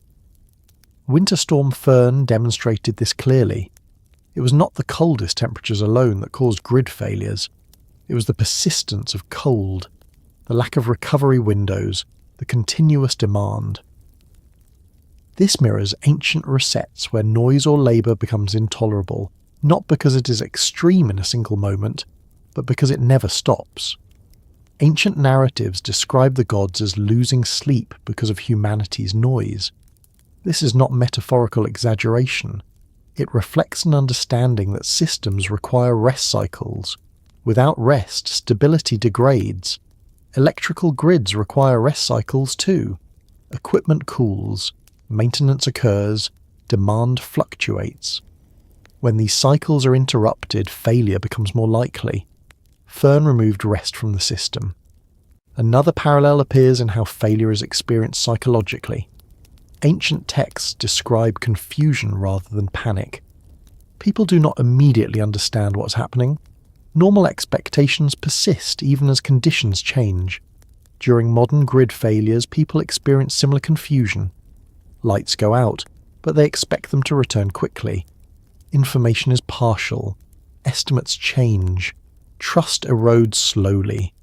The absence of immediate catastrophe creates uncertainty rather than terror. This psychological state is central to reset narratives. It is during uncertainty that behaviour is revealed. Cooperation strengthens or fractures. Preparation proves adequate or insufficient. Systems are not only tested technically, but socially. Ancient resets often include social consequences. Migration, reorganization, new laws. These are responses to revealed weakness, not to destruction itself. Modern grid failures prompt similar reconsiderations. Discussions about resilience, decentralization, redundancy, energy independence. These conversations arise not from apocalypse, but from inconvenience prolonged enough to matter. Another important parallel is reversibility. Ancient resets are reversible by design. Waters recede, fields are replanted, cities are rebuilt. The world continues. Grid failures are also reversible. Power returns, systems restart, normality resumes. This reversibility reinforces the idea that these events are not endings, but corrections. However, reversibility can be misleading. Because systems recover, lessons are often dismissed. Ancient texts warn against this explicitly. Forgetting invites repetition. The cycle continues because memory fades. Modern societies struggle with this. Once power returns, urgency diminishes. Structural issues remain until the next stress arrives. Ancient narratives encode memory through ritual, myth, and record. Flood stories are retold, calendars are adjusted, practices change. Modern systems encode memory through reports, regulations, and redesign. Whether these lead to lasting change depends on attention and will. Another parallel lies in selectivity. Ancient resets do not affect everyone equally. Survivors remain, lineages continue, knowledge is preserved unevenly. Grid failures reveal similar selectivity. Those with resources adapt more easily. Backup generators, insulation, alternative heating. Others suffer more. This disparity is not accidental. It reflects underlying distribution of resilience. Ancient texts do not hide this reality. They accept it as part of order. Modern narratives often resist acknowledging it, preferring universal explanations. Understanding this parallel does not justify inequality. It explains how systems behave under stress. Ancient reset narratives also emphasize governance after disruption. New rules are established, limits are imposed, authority is reaffirmed. This is necessary to prevent recurrence. Modern grid failures often prompt regulatory review. Standards are updated, oversight increases, authority shifts. These processes mirror ancient post-reset governance. The language differs, but the function is identical. Stabilize the system under revised conditions. Another subtle parallel is that neither ancient resets nor modern grid failures are truly spontaneous. They result from accumulated conditions. design choices, behaviour patterns. Environmental factors. When failure occurs, it feels sudden, but its causes are long in the making. Ancient texts emphasise this accumulation. The gods do not act impulsively.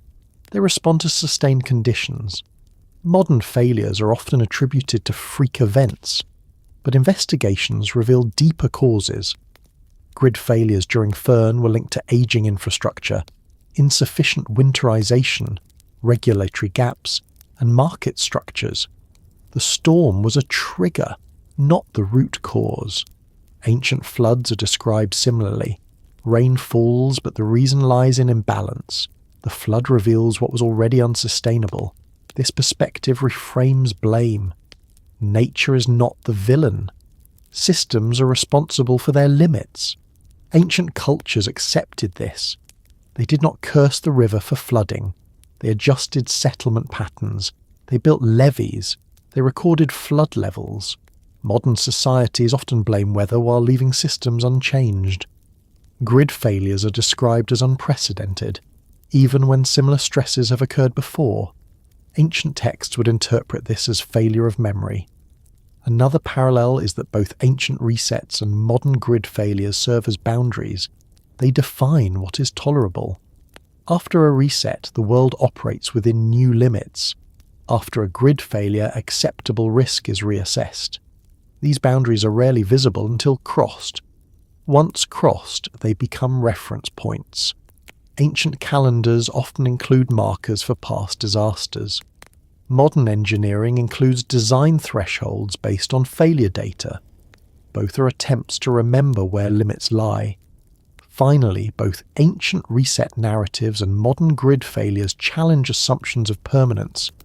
They remind societies that order is maintained, not guaranteed, that systems require care, that balance must be actively preserved. Ancient cultures lived with this awareness daily.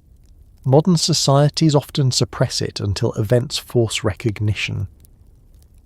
Grid failures strip away the illusion that infrastructure is autonomous. They reveal it as a managed process vulnerable to human decision and environmental condition. Ancient myths did the same for the natural world. They showed that rivers, winds, and seasons were not chaotic forces, but parts of a system that responded to imbalance. The parallels are not symbolic coincidences. They reflect a shared reality. Systems, whether divine or technological, behave predictably under stress. They reveal their structure, they enforce limits, they recalibrate. Understanding these parallels does not mean interpreting modern events as mythic judgments. It means recognizing that ancient frameworks for understanding systemic stress remain relevant because the underlying dynamics have not changed.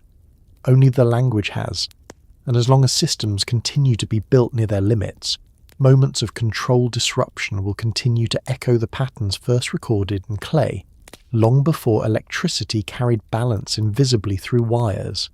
Silence appears in ancient texts not as absence, but as signal. It is one of the most easily overlooked elements in early writing because modern readers expect meaning to arrive through action or declaration. We look for speeches, commandments, catastrophes. When none appear, we assume nothing is happening. Ancient authors did not share this assumption. In their worldview, silence often meant that something was about to change. This is especially true in narratives that describe transitions rather than conflicts. Before laws are revised, there is silence. Before eras shift, there is silence. Before judgment is rendered, there is silence. Not because the world has stopped, but because observation has begun. In Mesopotamian texts, divine silence is rarely comforting. It does not indicate peace. It indicates suspension. The mechanisms that usually govern the world continue to function, but guidance recedes. The gods stop speaking. Omens become ambiguous. Ritual responses lose clarity. Life goes on, but without reassurance. This absence of reassurance is deliberate. Ancient cultures understood that constant instruction prevents adaptation. If authority speaks continuously, behavior becomes reactive rather than reflective. Silence forces interpretation. It shifts responsibility. It reveals how societies function without direction. This is why silence often precedes major transitions. It creates the conditions under which change becomes visible. In reset narratives, silence typically follows excess. Noise grows, activity increases, systems strain, complaints are recorded, then the record thins, words disappear, descriptions shorten. Time passes without commentary. This literary quiet mirrors the experiential quiet imposed on the world itself. When the texts describe humanity becoming too loud, they do not immediately describe punishment. They describe the gods withdrawing. They stop responding. They stop intervening. The world is left to continue under its own weight. This withdrawal is not abandonment. It is assessment. Silence allows systems to reveal their true state. Without intervention, imbalances either correct themselves or worsen. The outcome determines the next step. Modern readers often misinterpret this silence as a gap in record or a loss of tablets. But the pattern is too consistent to dismiss. Silence appears where decision-making is implied. It is part of the structure, not an accident of preservation. In ancient administrative culture, silence was a recognized phase of process. Decisions were not always announced immediately. Matters were reviewed. Consultations occurred behind closed doors. Outcomes were delivered only after deliberation. Silence was procedural. This procedural silence is reflected in mythic language. The gods gather, they listen, they wait. No dramatic action occurs during this interval, but it is during this interval that outcomes are determined. The importance of silence is also tied to how ancient cultures understood time. Time was not a neutral backdrop, it was active. Duration mattered. How long a condition persisted influenced its meaning. Silence stretched time, allowing accumulation. Major transitions require accumulation. A single moment is insufficient to justify systemic change. Silence creates space for persistence to be observed. In the context of resets, silence allows excess to continue, long enough to demonstrate that it is not self-correcting. If noise fades on its own, intervention is unnecessary. If it persists, silence confirms the need for adjustment. This logic applies equally to environmental, social, and cosmic transitions. Drought is not immediately catastrophic. It becomes significant when it persists. Silence marks the period during which persistence is measured. In ancient flood narratives, there is often a period of quiet before action. Warnings are indirect. Dreams occur. Signs appear. But there is no immediate announcement of catastrophe. The world continues as normal. This continuation is essential. It proves that conditions are not anomalous. They are systemic. Silence, in this sense, is a test of awareness. Those who rely on explicit instruction remain complacent. Those who observe patterns begin to prepare. Modern readers often expect ancient texts to function as warnings. They do not. They function as records. Silence is recorded because it mattered. In many cases, the text does not describe what the gods are doing during silent periods. This omission is intentional. It shifts focus away from divine action and toward human behavior. How do people act when guidance is absent? Do they adapt? Do they continue as before? Do they notice change? This emphasis aligns with the idea of resets as tests rather than punishments. A test requires conditions in which the subject must act without knowing exactly what is being evaluated. Silence provides that condition. Silence also precedes transitions because transitions require legitimacy. Abrupt change without deliberation undermines authority. Ancient systems valued continuity. Even divine intervention needed justification rooted in observation. By allowing silence to precede action, the texts imply that decisions were not arbitrary. They were responses to conditions that had been allowed to demonstrate themselves fully. This is why silence often feels uncomfortable in these narratives. It prolongs uncertainty. It denies closure. It forces endurance. Modern crisis narratives avoid silence. They fill space with updates, commentary, speculation. Silence is treated as failure. In ancient narratives, silence is competence. The world does not need constant explanation to function. It needs conditions to be observed. Silence also serves another function. It reduces noise. Noise in ancient texts is more than sound. It is density of activity. It is excessive motion. It is constant interaction. Silence reduces this density. It slows life. Before major transitions, slowing is necessary. Rapid change without deceleration leads to collapse. Silence enforces deceleration. Winter Storm Fern produced a modern form of silence. Communication slowed. Movement paused. Activity narrowed. This silence did not arrive all at once. It emerged as systems failed. But the effect was similar. Life became quieter. This quiet was not total. It was selective. Essential functions continued. Non-essential ones stopped. This selectivity mirrors ancient descriptions. Silence does not erase the world.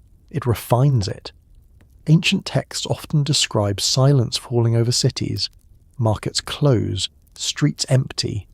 This is not portrayed as death. It is portrayed as pause. Pause allows recalibration. Silence also alters perception. When noise recedes, patterns become audible. Signals that were drowned out emerge.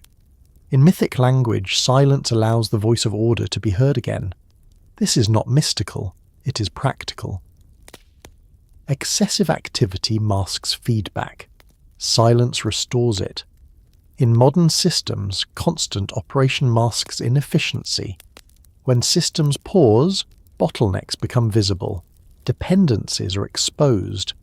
Fern revealed this by forcing silence onto infrastructures that normally operate invisibly. Another reason silence precedes transitions is that it marks the boundary between phases. Ancient cultures were deeply concerned with boundaries. Day and night, flood and dry season, life and death. Silence often marks the crossing of these boundaries. Before dawn there is silence.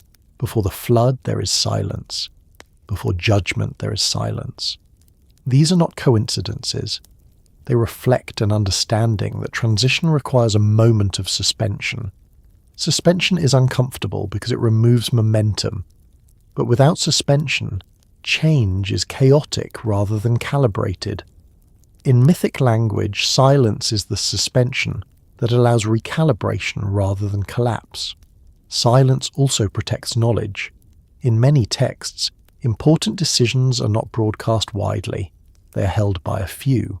Silence limits misinformation. It prevents panic. It preserves order during uncertainty. Modern societies struggle with this. Information spreads faster than systems can respond. Silence is interpreted as incompetence. But ancient systems understood that premature communication can destabilize. This does not mean silence was benevolent. It was simply functional. Silence also forces communities inward. Without external guidance, people rely on memory, tradition, and local cooperation.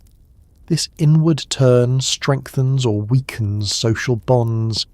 Ancient texts often show communities fracturing or consolidating during silent periods. These outcomes inform later interventions. If society collapses under silence, stronger correction may follow. If it adapts, lesser adjustment suffices. This adaptive outcome reinforces the idea of testing. Silence also changes the experience of time. Without constant activity, time stretches. Waiting becomes noticeable. Ancient texts often emphasize duration during silent periods. Days pass, nights pass, nothing happens. This nothing is not nothing. It is evaluation. Modern experience during Fern mirrored this. Waiting for power, waiting for updates, waiting without certainty. This waiting altered perception. It slowed life. In that slowed state, people noticed things usually ignored. dependence, vulnerability, community, absence. Silence made these visible. Ancient authors understood that major transitions require this visibility. Without it, change lacks grounding. Another critical aspect is that silence preserves deniability. If action follows immediately, blame is obvious. If silence precedes action, responsibility diffuses. Conditions had time to correct. They did not. This diffusion of responsibility matters in administrative systems. It legitimizes intervention as necessary rather than punitive. In ancient narratives, the gods do not rush to defend their actions. They let circumstances justify them. Silence also prevents fixation on singular causes. Without narrative framing, events are experienced directly. Patterns emerge organically. Modern narratives often frame events immediately, limiting interpretation. Ancient silence allows interpretation to mature. This is why ancient texts can feel ambiguous. Ambiguity is not weakness. It is space for reflection. Major transitions require reflection to be integrated. Otherwise, change is superficial. Silence ensures that transitions are felt, not just observed. Another reason silence precedes transitions is that it marks the exhaustion of lesser measures. Before major correction, minor adjustments are allowed to fail. Silence is the interval during which it becomes clear that minor measures are insufficient. In modern systems, warnings precede outages. Load shedding precedes collapse. Silence appears when alerts no longer help. Fern exhibited this. Early advisories came, then systems failed. Silence followed. That silence didn't mean nothing more would happen. It meant the system had entered a different phase. Ancient texts describe this phase without embellishment. They let silence speak. Understanding this changes how silence is interpreted. It is not absence of meaning. It is meaning without commentary. Silence before major transitions is not ominous because something terrible is coming. It is ominous because evaluation is underway. The outcome depends on response. This understanding reframes many ancient narratives that modern readers interpret as sudden judgment. The judgment is not sudden. It is preceded by long silence. Silence is the longest part of the process. In mythic language, this silence is where fate is shaped, not announced. Modern systems rarely acknowledge this. They treat silence as error. Ancient systems treated it as phase. Recognizing silence as signal rather than void allows ancient texts to be read with greater clarity. It also allows modern events to be interpreted with less panic and more attention. When silence appears before transition, the question is not what will happen, but what has already been revealed.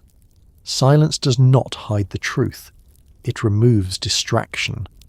And once distraction is gone, transitions become unavoidable, not because of force, but because conditions have finally been allowed to speak for themselves. In ancient cosmology, weather is not imagined as a weapon swung in anger. It is understood as an instrument, something applied deliberately within a broader system of balance and maintenance. This distinction is subtle, but it shapes how disruption is interpreted. A weapon is designed to destroy an enemy. A tool is designed to change conditions. Ancient texts consistently frame weather in the second category. This framing begins with how early cultures understood the world itself. The cosmos was not a battlefield between good and evil forces. It was an ordered environment that required constant regulation. Rivers had to flood, but not too much. Winds had to blow, but not endlessly. Rains had to fall, but at the right time. When these elements moved outside their tolerable ranges, it was not seen as attack, it was seen as adjustment. Weather in this worldview was feedback made visible. Storms, droughts, cold, heat, and darkness appear in ancient texts not as expressions of divine rage, but as responses to imbalance. The gods do not hurl lightning to punish individual wrongdoing. They alter conditions to restore proportionality. This is why weather is rarely described with moral language in the earliest records. It is functional rather than judgmental. When floods occur in Mesopotamian narratives, they are framed as cleansing or quieting forces. They wash away excess, they reduce density, they reset boundaries. Even when destruction is severe, the language emphasizes process rather than hostility. Waters rise, waters recede, the land dries, life resumes. This rhythm matters. A weapon ends conflict, a tool changes parameters. Ancient cultures lived in environments where weather determined survival. Their understanding of it was intimate and observational. They noticed patterns over generations, flood levels, seasonal winds, cold cycles. These observations shaped cosmology. Weather was not random. It followed rules, even if those rules were complex and sometimes unforgiving. Because weather followed rules, it could be interpreted as communication rather than assault. In this framework, a drought does not mean the gods are angry in a personal sense. It means the system is out of alignment. Something has exceeded capacity. Something has been neglected. The response is environmental because the environment is where imbalance manifests most clearly. Weapons target opponents. Weather targets conditions. This is why ancient texts rarely depict weather as indiscriminate violence. Even when entire regions suffer, the narrative emphasizes that suffering has a cause rooted in imbalance rather than malice. The gods do not need to hate humanity to reduce its footprint. They need only to maintain order. The language used reinforces this. Words associated with weather events are often paired with terms like measure, boundary, limit, and cycle. These are administrative concepts. They belong to management, not warfare. In later traditions, especially those influenced by apocalyptic thinking, weather becomes a symbol of punishment. Storms are unleashed to destroy enemies. Fire rains down as judgment. These developments reflect a shift in worldview, not the original understanding. The earliest cosmologies are pragmatic. They focus on survival within cycles rather than triumph over foes. This pragmatism is evident in how weather events are embedded in broader narratives. A drought leads to famine, which leads to migration, which leads to conflict or reorganization. Weather initiates change, but it does not complete it. Humans respond. Systems adapt or fail. The story continues. A weapon ends a story. A tool extends it. Ancient cosmology treats weather as one of several levers available to maintain balance. Others include population limits, labor redistribution, and changes in law or ritual. Weather is powerful because it operates across all social layers simultaneously. It affects rulers and laborers alike. It bypasses hierarchy. This universality makes weather effective as a tool. It cannot be ignored. It cannot be negotiated with easily. It forces adaptation. Yet even here, the goal is not annihilation. Complete destruction would remove the very system the gods are meant to oversee. Weather is applied proportionally. Floods rise high enough to reduce population, not to sterilize the land permanently. Cold arrives long enough to slow activity, not to freeze existence entirely. This proportionality is central. When weather is framed as a weapon, it implies intent to destroy. When framed as a tool, it implies intent to correct. Ancient texts consistently support the second interpretation. This is also why weather events in these narratives are often preceded by long periods of tolerance. Imbalance is allowed to persist. Noise increases. Activity intensifies. The system strains. Only then does weather intervene. This delay reinforces the idea that weather is a response, not an impulse. Modern interpretations often miss this because they isolate events from context. A storm is seen as a discrete occurrence rather than part of a longer sequence. Ancient texts preserve the sequence. Weather is never the first response. It is the visible response. Another important aspect is that weather operates without targeting individuals. It affects regions, not specific people. This impersonal nature supports its role as a tool. It avoids moralizing outcomes. Suffering occurs, but it is not framed as deserved or undeserved. It is framed as consequence. This is difficult for modern sensibilities that prioritize individual justice. But ancient cosmology operates at the level of systems. Individuals are components of those systems. Weather, therefore, addresses systemic conditions.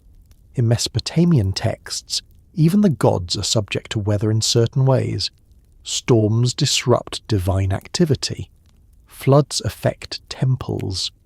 This reinforces the idea that weather is not a weapon wielded from above, but a condition that alters the entire environment.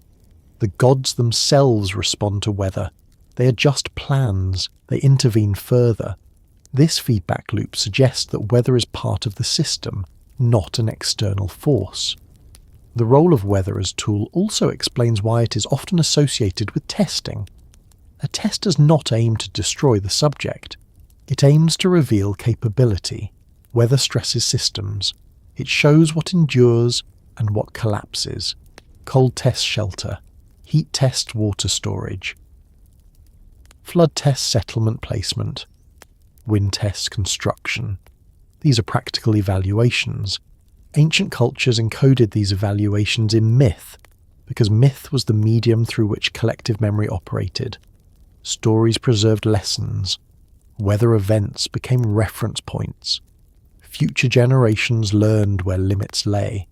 Modern societies often treat weather as anomaly rather than teacher. Infrastructure is built to resist expected conditions, not to learn from them. When weather exceeds expectation, it is labelled unprecedented, and attention shifts to recovery rather than understanding. Ancient texts do not rush to recovery. They linger on aftermath. They describe changes implemented afterward. Weather is not an interruption to be forgotten. It is a message to be integrated. This difference is crucial when comparing ancient understanding to modern responses. Winter Storm Fern, when viewed through ancient cosmology, functions clearly as a tool rather than a weapon. It did not target an enemy. It targeted assumptions. It applied cold not to destroy cities, but to stress systems built on uninterrupted flow. The storm did not arrive with overwhelming force. It arrived with persistence. Persistence is a tool. It applies pressure gradually, allowing observation. A weapon seeks speed. A tool seeks effect. Fern's effect was not immediate devastation. It was revelation. It revealed how modern life depends on continuous energy, how infrastructure prioritizes efficiency over endurance, how margins have been optimized away. These revelations align precisely with the ancient use of weather as corrective instrument. Another aspect worth noting is that weather as tool does not require belief in conscious intent to function this way. Ancient cultures attributed intent to gods, because that was their explanatory framework. Modern systems do not need that attribution for the effect to remain instructive. Whether weather is intentional or emergent, its impact as tool remains. Ancient cosmology also recognized that weather could be misinterpreted. Not every storm signaled imbalance. Not every drought required intervention. Interpretation required pattern recognition over time. This caution is embedded in the texts. Single events are rarely decisive. Repetition matters. Persistence matters. Accumulation matters.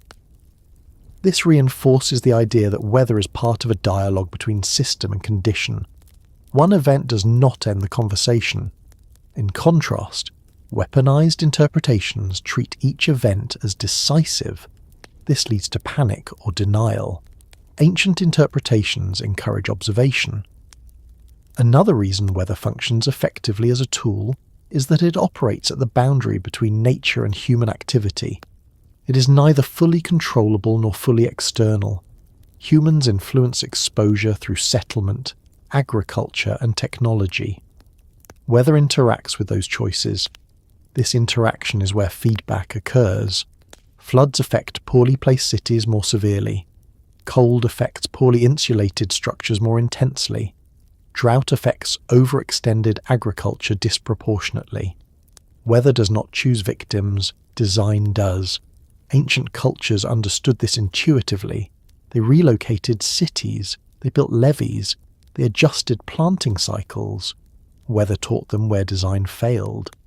Modern societies often resist this lesson, preferring to maintain design and blame weather. Ancient cosmology would interpret that resistance as invitation for repetition. Weather as tool also explains why ancient texts rarely describe victory over weather. There is no conquering the storm, there is only adaptation. Rituals aim to restore balance, not to defeat elements. This humility contrasts sharply with modern narratives of domination over nature. When weather disrupts modern systems, the shock is greater because the expectation of control is stronger. Ancient cultures did not expect control. They expected negotiation. Weather was part of that negotiation. Another important distinction is that weapons are directional. They are aimed. Tools are contextual. They are applied where needed. Ancient weather events often affect regions where imbalance is greatest. This is not because weather chooses targets, but because vulnerability is concentrated there. The effect appears selective. This selectivity reinforces the interpretation of weather as tool rather than random chaos. In Winter Storm Fern, failures clustered where systems were most brittle, where insulation was minimal, where redundancy was absent, where governance had deferred resilience. Weather did not need to be precise. Systems revealed themselves. Ancient texts describe similar clustering. Cities fall while others endure. Fields fail while others survive. This unevenness is not framed as injustice. It is framed as outcome. Weather as tool also aligns with the ancient emphasis on cycles. Tools are used repeatedly. Weapons are used decisively. Cycles require tools. Seasonal floods recur. Cold returns. Heat returns. Each cycle reinforces lessons. Each application adjusts the system incrementally. Apocalyptic interpretations collapse cycles into a single event. Ancient cosmology resists this collapse. Understanding weather as tool reframes fear. It shifts focus from destruction to adaptation, from inevitability to responsibility, from end to adjustment. This does not make suffering insignificant. Ancient texts acknowledge suffering openly. They record loss. They name hardship, but they place it within a larger process. Suffering is not meaningless. It is part of correction. This perspective is uncomfortable because it removes the comfort of external blame. If weather is a weapon, blame lies with the wielder. If weather is a tool, responsibility lies partly with those who built systems vulnerable to it. Ancient cultures accepted this shared responsibility. Modern cultures struggle with it. Weather as tool also explains why ancient texts often pair environmental disruption with social reform. After floods, laws change.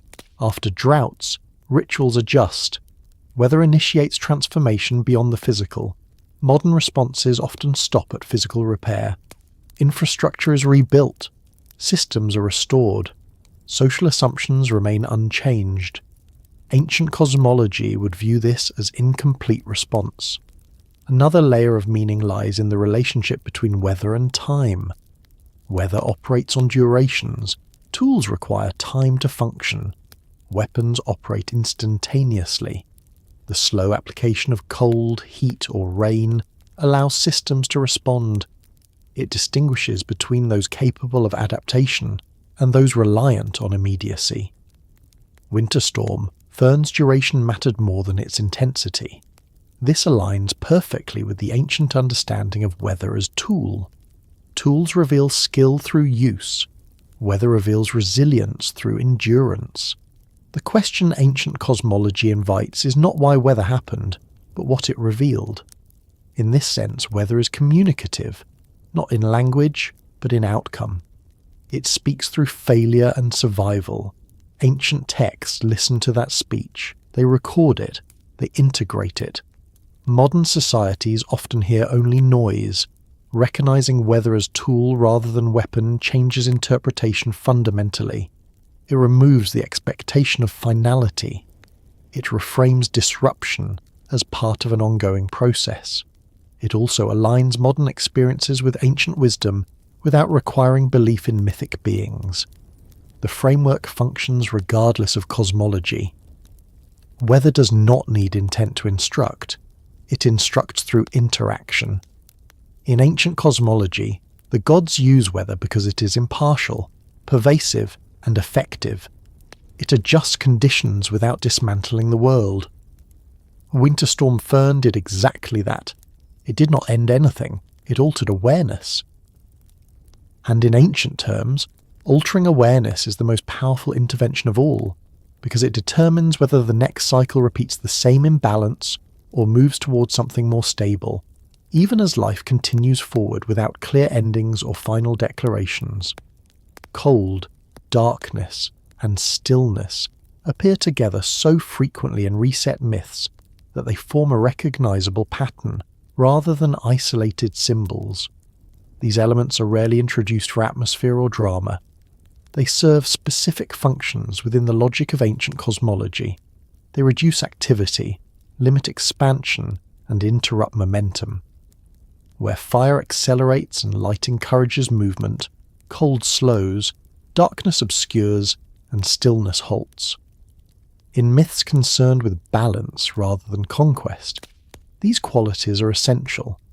Ancient cultures understood that excess was not corrected through opposition, but through subtraction.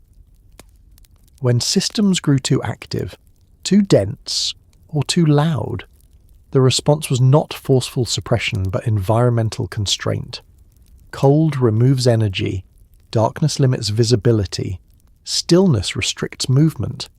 Together, they reduce the capacity for excess without destroying the underlying structure. This is why reset myths rarely rely on fire alone. Fire consumes and transforms quickly. It is decisive. Cold, by contrast, preserves while limiting. It does not erase life. It suspends it. This suspension is central to recalibration. In Mesopotamian texts, cold is associated with withdrawal rather than attack. The world does not burn, it quiets. Activity slows. Labour becomes difficult. Travel becomes dangerous. Communication diminishes. These are not violent acts. They are conditions that make continuation of excess impossible. Darkness serves a similar function. It removes orientation. Without light, navigation becomes uncertain. Work slows. Social interaction contracts.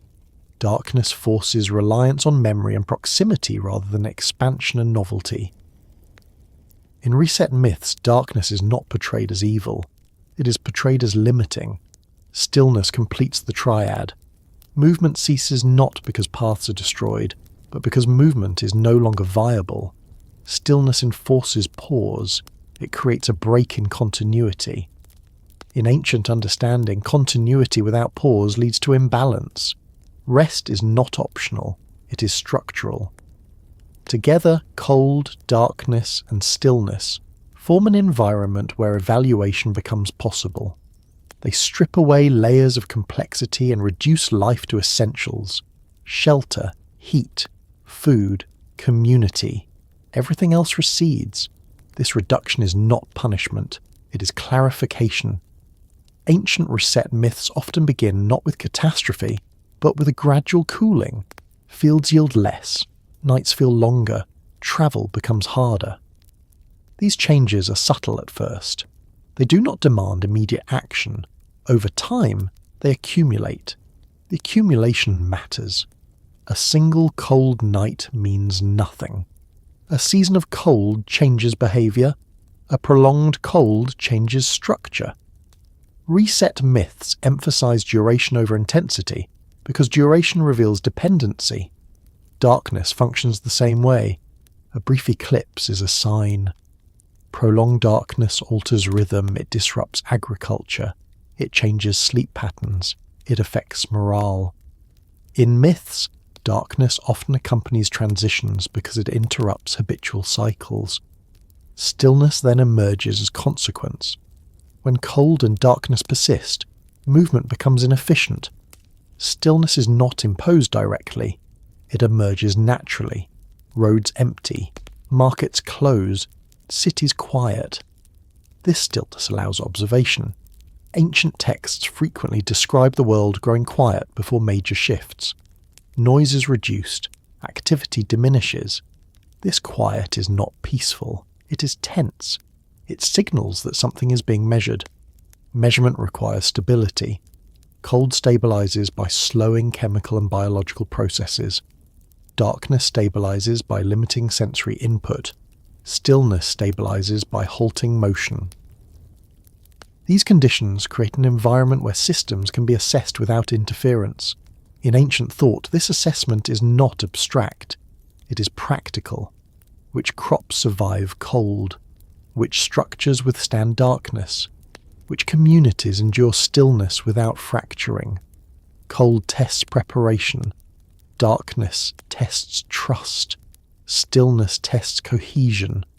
Reset myths and code these tests through narrative rather than instruction. The gods do not explain what is being tested. They alter conditions and observe outcomes. The narrative records results. This approach reflects ancient administrative thinking. Conditions are changed. Results are noted. Future decisions are informed. Cold is especially effective as a reset condition because it is impartial. It does not target specific individuals. It affects regions. It bypasses hierarchy. Kings and labourers feel cold alike, even if their responses differ. Darkness shares this impartiality. It does not discriminate. It removes vision equally. Stillness too affects all movement, regardless of intent. These qualities make the triad ideal for systemic correction. They do not require moral judgment. They operate physically.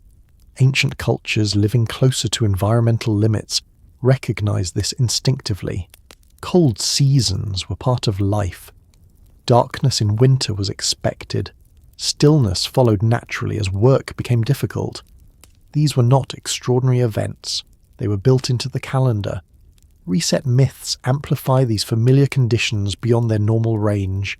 They extend winter. They deepen darkness. They lengthen stillness. The effect is not alien. It is intensified familiarity. This familiarity is important. Reset myths are not meant to terrify. They are meant to resonate. The audience understands cold, darkness, and stillness because they have experienced them. The myth scales up lived reality. In doing so, it communicates that resets are not foreign impositions. They are extensions of natural cycles beyond comfortable limits. Comfort is central here. Cold becomes significant not when it exists, but when it exceeds tolerance. Darkness matters not when night falls, but when it does not lift. Stillness matters not when rest occurs, but when movement remains constrained. Reset myths focus on these thresholds. The role of cold in these myths often includes preservation. Seeds remain dormant. Life does not vanish, it waits. Cold pauses growth. It conserves resources. It prevents decay. In this sense, cold protects future potential. This protective aspect is often overlooked. Cold is framed as hardship, but in ancient thought it is also safeguarding. Without cold, pests proliferate. Resources are consumed continuously. Balance is lost. Darkness also protects. It limits overexposure. It reduces constant stimulation. It allows rest. In mythic language, darkness is often paired with gestation. Something new forms unseen. Stillness enables both. Without stillness, cold and darkness would be chaotic. Movement would continue inefficiently. Energy would be wasted. Stillness conserves. Together, these elements reset the system by forcing conservation. In modern narratives, reset is often imagined as destruction followed by rebuilding. Ancient myths imagine reset as suspension, followed by continuation. Cold, darkness, and stillness suspend. This suspension explains why resets are survivable. They do not eliminate the future, they delay it. Winter imagery in ancient texts often includes waiting for thaw, waiting for light, waiting for movement. This waiting is uncomfortable, but it is not terminal. Waiting allows memory to form. Memory is essential to reset myths. Without memory, suspension is meaningless. Ancient cultures embedded memory through ritual, story, and calendar. The return of light after darkness marked festivals. The thaw after cold marked planting. Stillness gave way to activity. These transitions reinforced the lesson. Excess leads to withdrawal. Withdrawal leads to renewal. Reset myths are not warnings of extinction. They are reminders of limits. Another reason cold, darkness, and stillness appear together is that they reduce complexity. Complex systems rely on constant energy input. Cold removes energy. Darkness reduces information. Stillness limits interaction. Complexity collapses into simplicity. Ancient societies understood that complexity is fragile. It increases efficiency but reduces resilience. When complexity exceeds capacity, simplification becomes necessary. Cold, darkness, and stillness enforce simplification without design. During these conditions, people rely on basics: fire, shelter, stored food, close relationships. Social hierarchies flatten temporarily because survival tasks dominate. This flattening reveals true dependencies. Reset myths often emphasize community during hardship. Those who survive do so through cooperation. Cold, darkness, and stillness force this cooperation by limiting individual action. This social dimension is crucial. Reset is not only environmental, it is relational. Who shares resources? Who hoards? Who helps? Who withdraws? Ancient texts record these outcomes indirectly. Survivors are named. Lineages continue. Cities are rebuilt differently. Laws change. The triad also affects perception of time.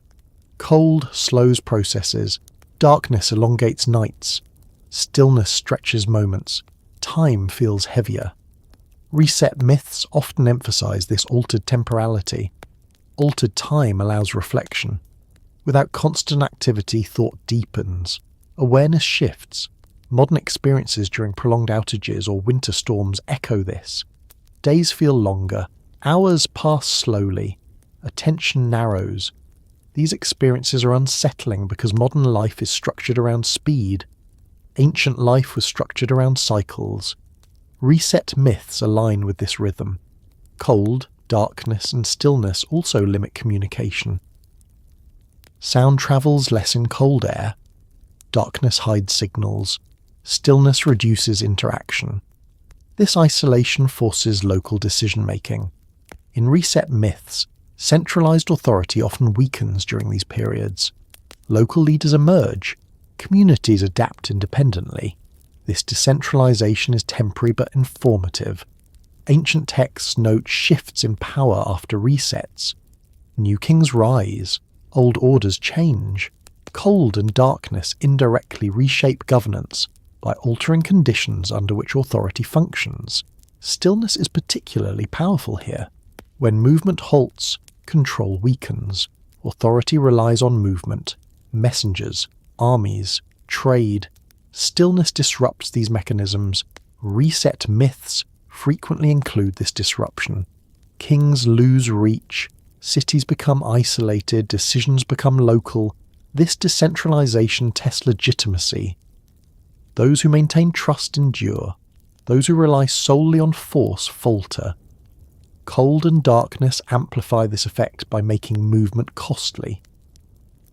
Another aspect is that cold and darkness are reversible. This reversibility distinguishes reset from destruction. They do not permanently alter the world. They temporarily change access. This temporary change is enough to force adaptation. In ancient understanding, reversibility is essential. A reset that cannot reverse leaves nothing to correct. Cold and darkness always lift eventually. Their lifting marks transition. Reset myths often culminate not in catastrophe but in return. Light returns, warmth follows, movement resumes. The world is recognizable but altered. The alteration lies not in the environment alone but in behavior. Limits are remembered. Structures change. Winter Storm Fern, though modern and secular, reproduced this pattern. Cold arrived. Darkness spread through power loss. Stillness followed as movement halted. The environment did not end. It paused. This pause revealed dependence. It forced conservation. It altered behavior temporarily. Ancient myths would recognize this pattern immediately. They would not interpret it as attack. They would interpret it as condition, cold as condition, darkness as condition, stillness as condition. Conditions shape outcomes more reliably than force. Weapons break, conditions persist. This is why ancient cosmology relies on environmental modulation rather than overt destruction. It is more efficient. It preserves future potential. Cold, darkness, and stillness are also non-specific. They do not target ideology. They do not discriminate belief. They operate universally. This universality makes them ideal for systemic correction. Ancient gods concerned with balance would prefer such tools. They avoid moralizing. They enforce limits without argument. Reset myths are therefore not about divine anger, but about divine restraint. The restraint to adjust rather than annihilate. This restraint is easy to miss because suffering is real. Cold kills. Darkness disorients. Stillness isolates. Ancient texts do not deny this. They record it plainly, but they place suffering within a larger pattern. It is not meaningless. It is not final. The role of cold, darkness, and stillness is to create a boundary, a pause between what was and what will be. They hold the world in suspension long enough for excess to dissipate. Suspension is uncomfortable because it removes momentum, but without suspension, change lacks depth. Ancient cultures valued depth over speed. This is why reset myths do not rush. They linger in winter. They dwell in darkness. They describe waiting. Waiting is part of the lesson. Modern societies struggle with waiting. When forced into stillness, anxiety rises, productivity halts, identity feels threatened. Reset myths anticipate this discomfort. They encode it. Cold, darkness, and stillness are not merely environmental states. They are experiential teachers. They teach restraint. They teach interdependence. They teach memory. Without them, systems drift toward excess unchecked. In ancient cosmology, the return of warmth and light does not erase what was learned. The memory of hardship shapes the next cycle. Whether that memory endures determines whether the next reset is gentler or harsher. Cold, darkness, and stillness do not decide outcomes. They reveal tendencies. They are the quiet instruments of recalibration, not the loud symbols of destruction. And in the logic of ancient reset myths, their appearance is not a sign that the world is ending, but that it is being given space to correct itself before continuation resumes under altered but familiar skies. In ancient narratives, humanity is never formally informed that a test is underway. There is no announcement, no proclamation, no moment where authority steps forward to explain what is about to happen or why conditions are changing. This absence is not an oversight. It is a deliberate feature of how tests function within ancient cosmology. To announce a test would undermine its purpose. Tests are designed to reveal behavior under authentic conditions. If participants know precisely when evaluation begins, behavior shifts artificially. Actions become performative. Compliance replaces adaptation. Ancient systems of thought understood this intuitively. A test only yields meaningful information when it is indistinguishable from ordinary life until its effects accumulate. This is why ancient texts never frame resets as scheduled events. There is no countdown, no date marked, No explicit warning that a threshold has been crossed. Instead, conditions begin to change subtly. Patterns shift. Discomfort grows. Only in retrospect does the structure of a test become visible. The lack of notification places responsibility squarely on observation rather than obedience. Humanity is not expected to respond to commands. It is expected to respond to reality. This distinction is foundational. Ancient cosmology does not reward those who follow instructions best. It favours those who recognise patterns and adjust accordingly. When noise increases in the texts, the gods do not declare that it must stop. They tolerate it. They allow it to continue. The continuation itself becomes evidence. Only when excess proves persistent does intervention occur. Humanity is judged not on reaction to warning, but on inability to self-correct. This framework assumes that systems should regulate themselves within certain limits. External correction is a last resort. Telling humanity that a test is happening would short-circuit this process. It would invite superficial compliance rather than structural change. In modern terms, this would be like announcing a stress test and allowing systems to prepare temporarily. The test would reveal preparedness for the test, not preparedness for reality. Ancient cultures recognized this flaw long before formal testing existed. The absence of warning also reflects a different understanding of authority. Ancient gods are not depicted as managers issuing instructions constantly. They are custodians of balance. Their role is to maintain order, not to micromanage behavior. Intervention occurs only when imbalance persists beyond tolerable limits. This restraint is easily mistaken for indifference, but the texts contradict that interpretation. Silence precedes action. Observation precedes judgment.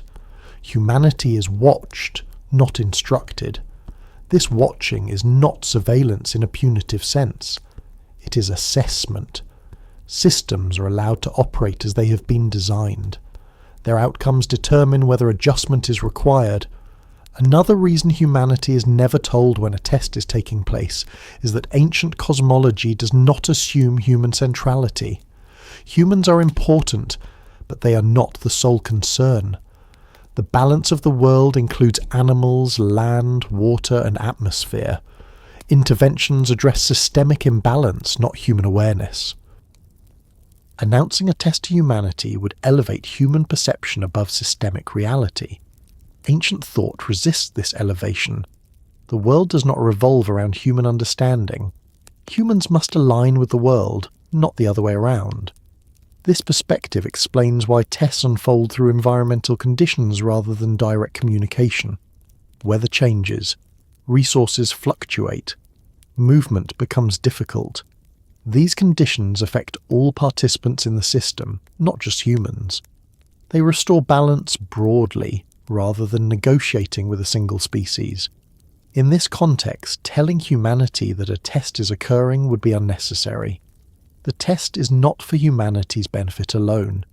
It is for the system as a whole. There is also a temporal reason. Tests in ancient narratives are not momentary. They unfold over time. They involve duration. Announcing a test implies a clear start and end. Ancient resets rarely have such clarity. They begin gradually and resolve slowly. Duration is essential because it distinguishes temporary discomfort from systemic failure. A short disruption proves little. A prolonged one reveals endurance. Humanity is never told when a test begins because the beginning itself is ambiguous. Only persistence confirms that a threshold has been crossed. This ambiguity prevents premature conclusions. It forces attention to patterns rather than events. In the texts, signs appear before intervention. Dreams, omens, irregularities. These are not announcements, they are indicators. Their interpretation requires discernment. Some are ignored, others are misread. This uncertainty is intentional. It filters responses. Those who rely on explicit instruction struggle. Those who adapt to conditions endure. This filtering aligns with the idea of resets as tests. Tests are not meant to be fair in the modern sense. They are meant to be revealing. Another important aspect is that tests are not moral trials in ancient cosmology. They are functional evaluations. Humanity is not being judged for virtue or vice. It is being evaluated for sustainability. Can the system continue as it is? If not, what breaks first? Announcing a test would introduce moral framing. People would attempt to appear compliant rather than addressing structural issues. Ancient texts avoid this by keeping evaluation implicit. This avoidance also prevents blame from becoming individualized. If humanity knew a test was underway, failure would invite accusations. Who failed? Who disobeyed? Who caused intervention? Ancient resets avoid this fragmentation. They operate collectively. Collective evaluation requires that individuals act according to their existing patterns. Only then can systemic tendencies be observed. This collective focus is evident in how consequences are distributed. Interventions affect regions, populations, and systems. Individuals suffer or endure based on position, not moral status. This is uncomfortable for modern readers, but it reinforces the idea that the test is about structure, not character. Not telling humanity about the test also preserves deniability for authority. This is not deception. It is legitimacy. If intervention follows prolonged imbalance without warning, it appears as necessity rather than punishment. The world had time to correct itself. It did not. Ancient authority depends on this legitimacy. Sudden, announced tests would appear arbitrary. Silent observation allows circumstances to justify action. This logic is visible in administrative records as well. Decisions are often recorded after outcomes are observed, not before. Silence precedes decree. Action follows evidence. Another reason humanity is never told when a test is taking place is that ancient cultures valued experiential knowledge over instruction. Learning through hardship was considered more enduring than learning through command. Texts do not explain how to survive a reset. They describe those who did. The lesson is implicit. Behavior that aligns with balance persists. Behavior that depends on excess collapses. Announcing a test would replace experiential learning with compliance. Ancient cosmology prioritizes adaptation over obedience. This distinction also explains why ancient texts often feel unsatisfying to readers seeking clarity. There is no clear rulebook, no checklist, no promise of reward for correct behavior. The world responds, and humanity adjusts or does not. The absence of explicit instruction forces memory to play a central role. Those who remember previous resets recognize patterns sooner. Those who forget repeat mistakes. This reliance on memory is critical. Ancient societies transmitted memory through story, ritual, and record. The purpose of myth was not to predict future tests, but to preserve awareness of how tests unfold. If humanity were told when a test was happening, memory would be unnecessary. Preparation would be reactive rather than cumulative. Another layer involves power dynamics. Those in authority benefit from knowing when tests occur. If tests were announced, elites could insulate themselves further, skewing outcomes. Ancient systems accepted inequality, but they did not seek to distort evaluation. By keeping tests unannounced, vulnerability remains more evenly distributed. Those with resources still fare better, but they are also exposed to risk. This exposure matters. It ensures that evaluation reflects the system as it exists, not a temporarily optimized version. In modern contexts, announced tests often lead to performative resilience. Systems pass audits, they fail in reality. Ancient cosmology avoids this pitfall. The absence of announcement also aligns with the cyclical understanding of time. Tests are not exceptional events, they are recurring phases. Announcing them would imply rarity. Ancient texts assume inevitability. Just as winter arrives without announcement, so do resets. The world changes. Humans respond. The cycle continues.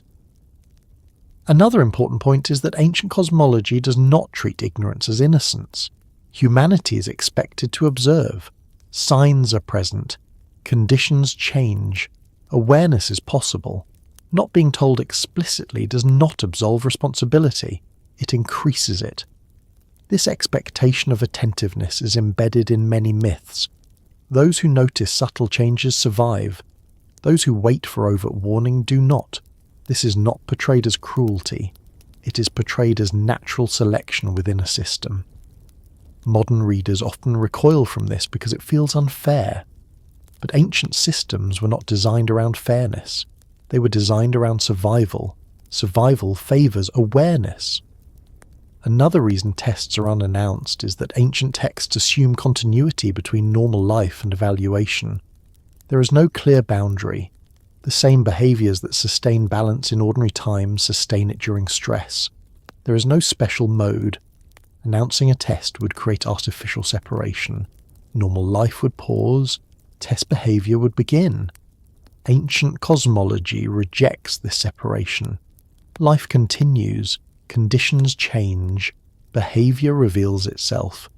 This continuity also prevents gaming the system. There is no reward for temporary compliance. Only long-term alignment matters. In this sense, ancient tests resemble ecological pressures rather than exams. Species adapt or go extinct without announcement. Ecosystems shift without warning. Survival depends on fit, not foresight. Ancient cultures understood humanity as part of ecology, not separate from it. Tests occur at the ecological level. Weather changes do not announce themselves. Resource depletion does not declare intent. Population pressure does not issue warnings. These forces operate regardless of awareness. Ancient cosmology reflects this realism. The absence of announcement also shapes how narratives are written. The texts do not dramatize the beginning of tests. They describe conditions gradually worsening. The reader experiences the test as the characters do without foreknowledge. This narrative choice reinforces the lesson. The reader learns to recognize patterns rather than relying on signals. Another aspect is that announcing a test would shift focus to outcome rather than process. Ancient texts emphasize process. How did conditions change? How did people respond? How did systems behave? Outcome is secondary, survival matters, but understanding matters more. By withholding explicit framing, the text encourages attention to detail. This attention is necessary because ancient resets do not always escalate to catastrophe. Some tests end quietly, conditions improve. Intervention is minimal. The world continues without dramatic change. Announcing a test would create expectation of outcome. Silence allows for ambiguity. Ambiguity is uncomfortable, but it is essential for honest evaluation. Modern systems often crave certainty. Ancient systems tolerated uncertainty because it reflected reality. Another reason humanity is never told when a test is taking place is that tests are not designed for reassurance. They are designed for revelation. Reassurance would blunt that effect. Fear, uncertainty, and discomfort reveal priorities. Comfort obscures them. Ancient texts do not seek to comfort. They seek to record. This recording function is important. The texts are not manuals. They are archives. They preserve patterns across generations.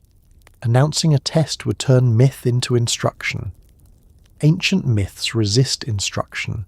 They show rather than tell. This resistance frustrates modern readers, but it is intentional. Understanding that humanity is never told when a test is happening reframes ancient narratives entirely. They are not warnings of doom. They are observations of process. The test is not the event. The test is the behaviour under changed conditions. Winter Storm Fern, viewed through this lens, did not need to be announced. It altered conditions, systems responded. Behaviour changed, weaknesses were revealed, no declaration was necessary. The lack of announcement does not mean lack of purpose.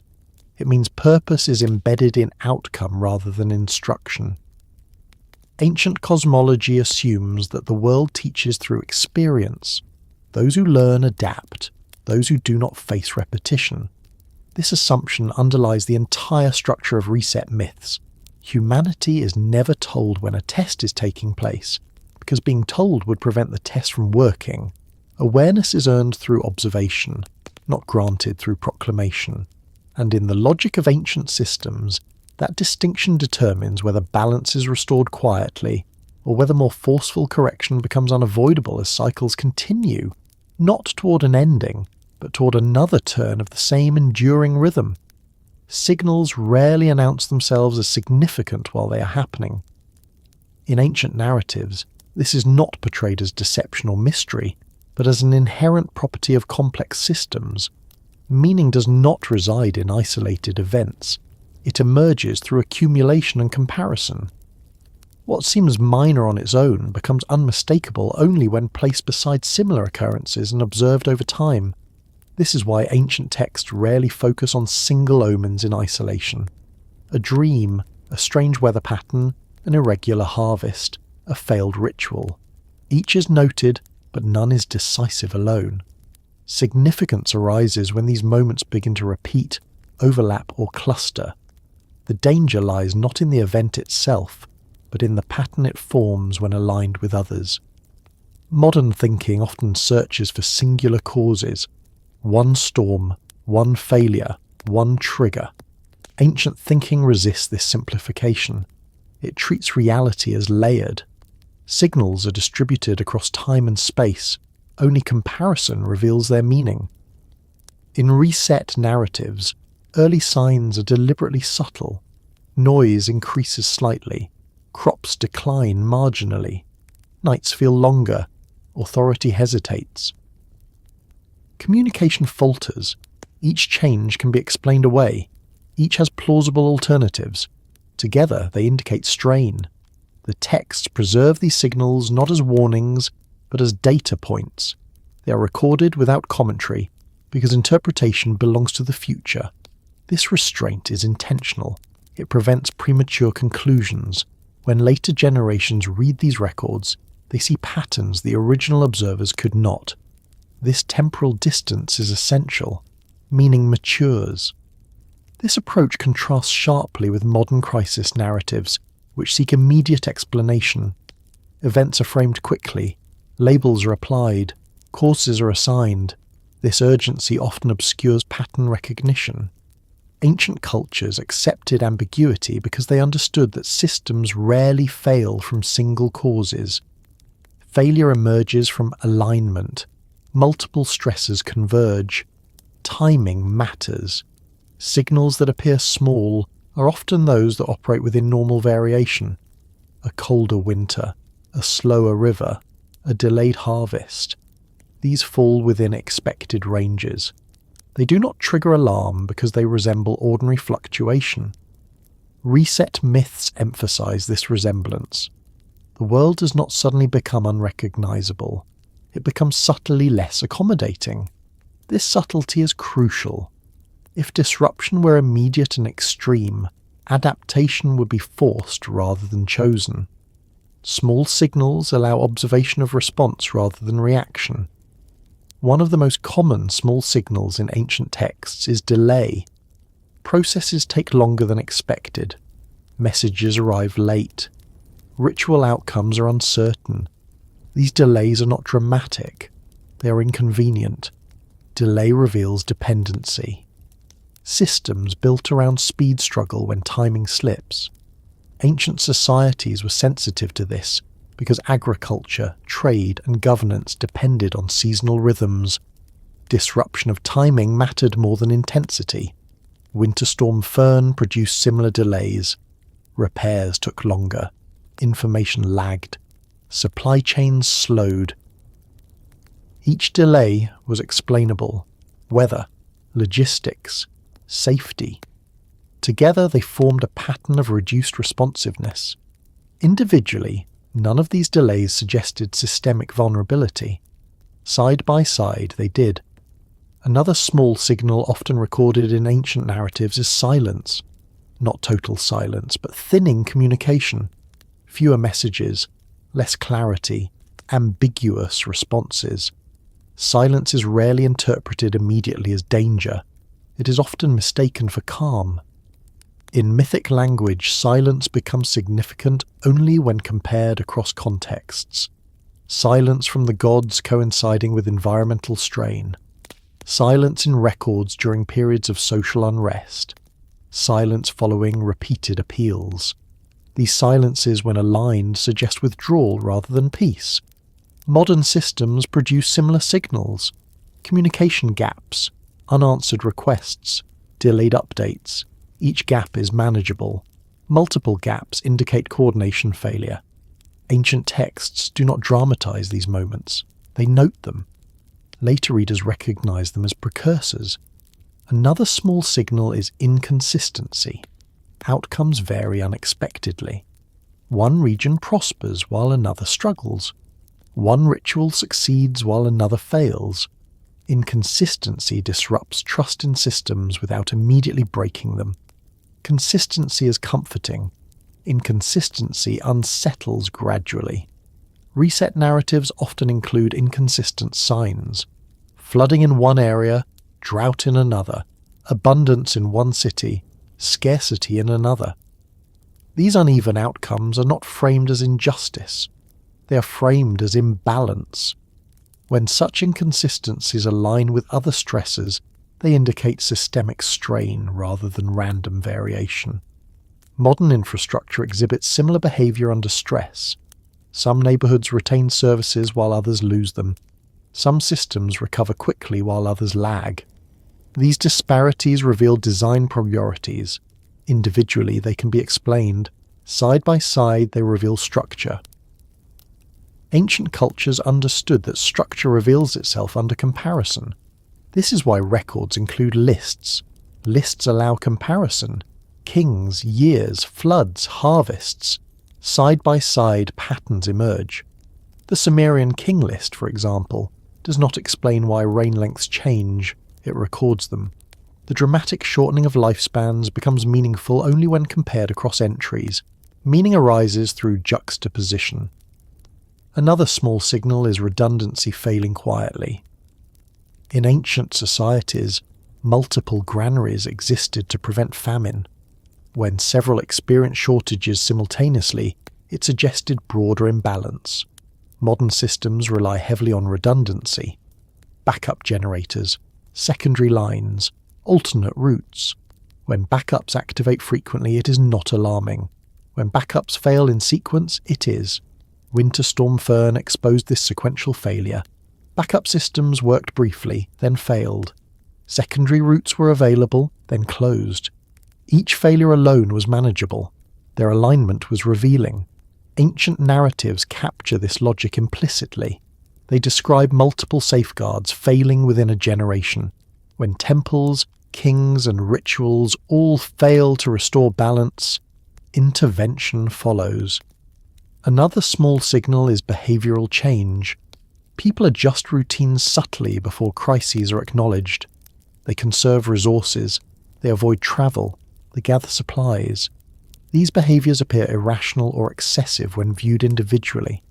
In ancient texts, such behaviors are noted without judgment. They are symptoms. Behavioral shifts often precede institutional response. People sense strain before systems acknowledge it. During Fern, people conserved energy before official advisories escalated. They altered movement before roads closed. These actions were responses to accumulated signals, not single events. Ancient cultures valued this sensitivity.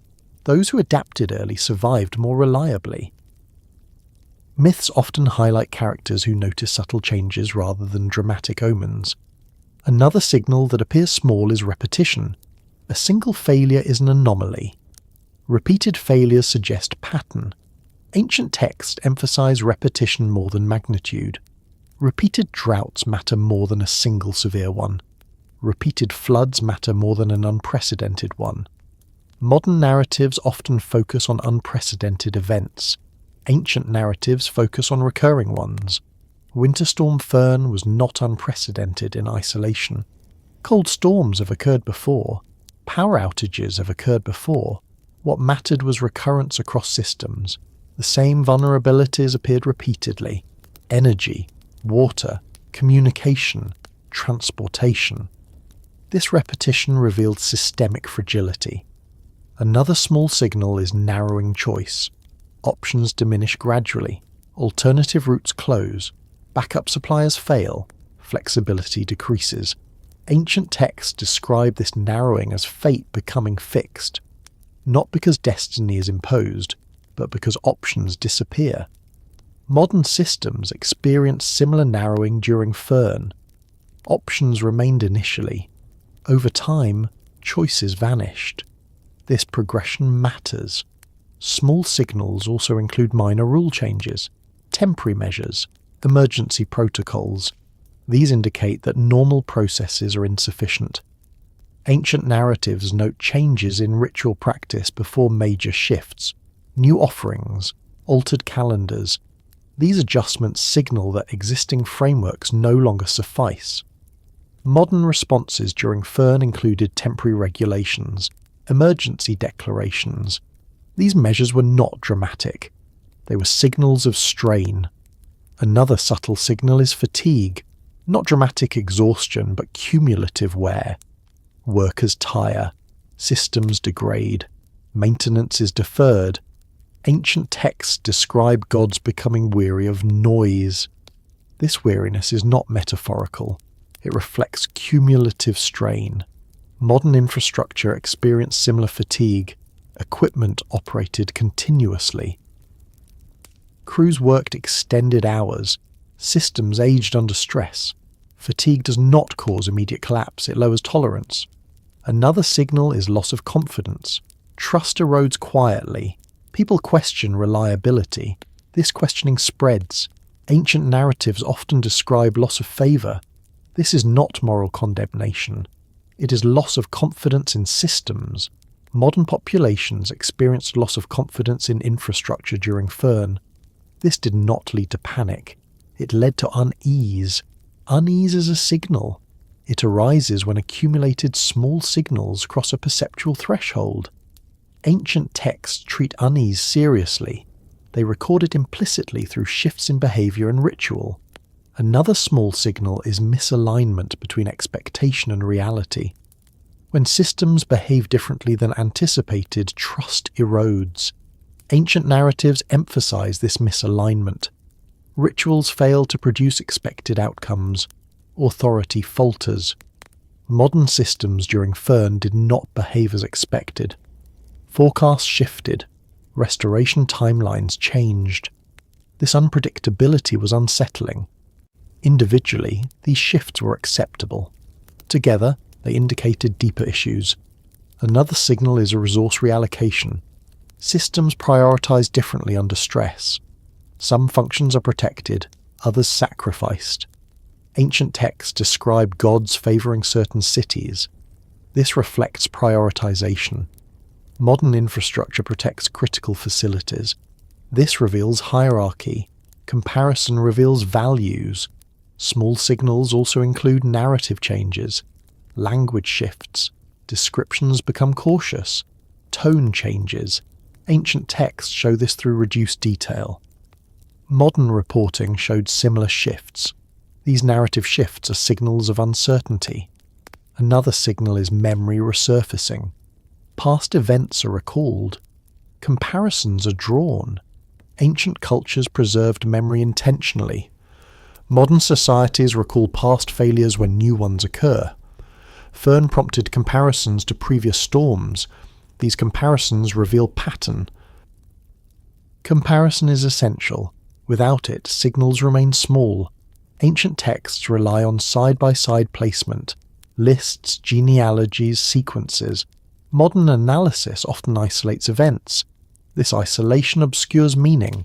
When signals are compared side by side, they lose plausible deniability.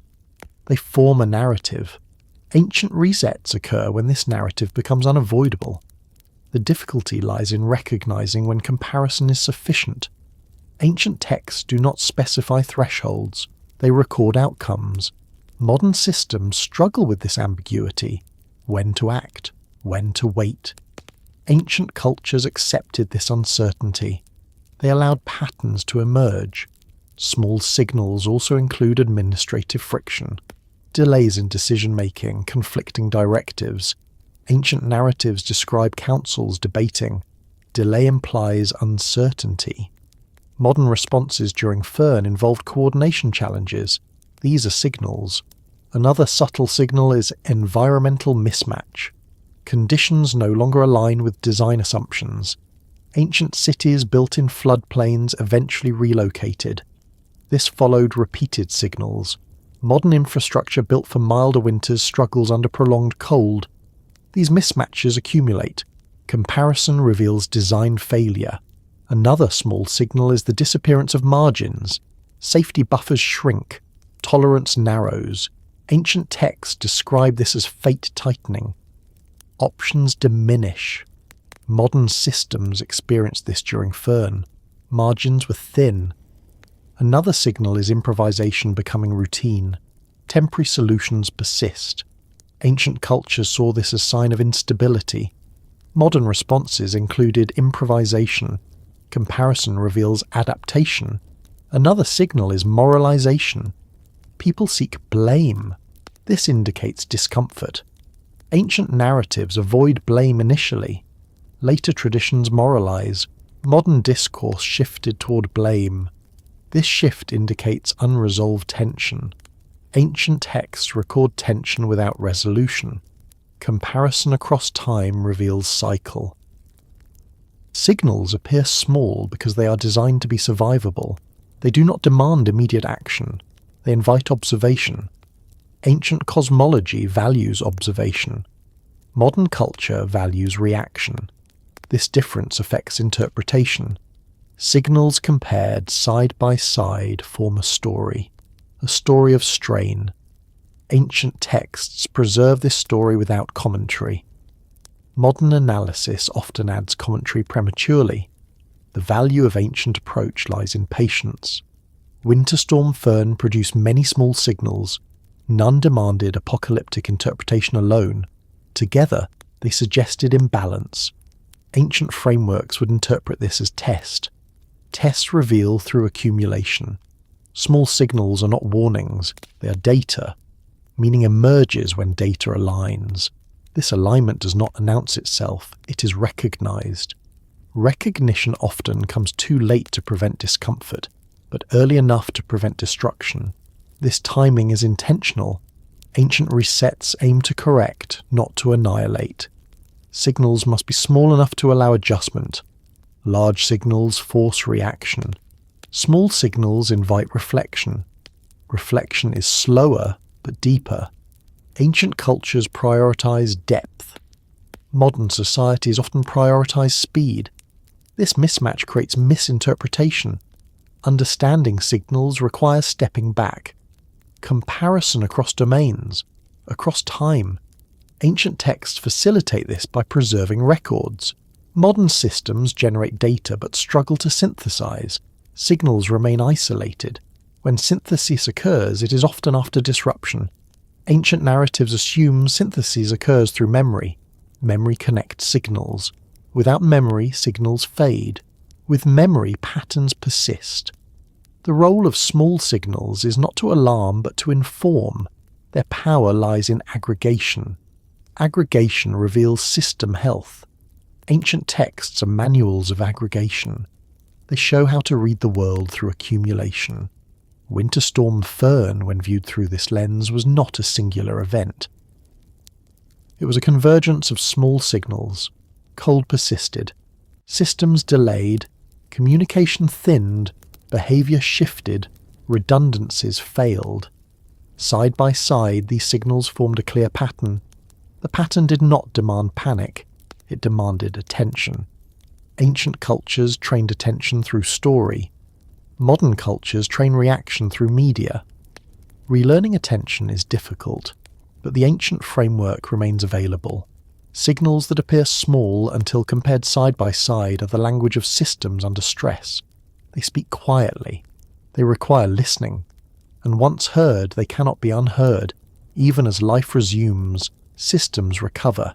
and the next cycle begins without fanfare or declaration, continuing forward under the same principles that have always governed balance, not through endings, but through careful, often overlooked adjustments that reveal themselves only when memory is allowed to connect what was once dismissed as insignificant.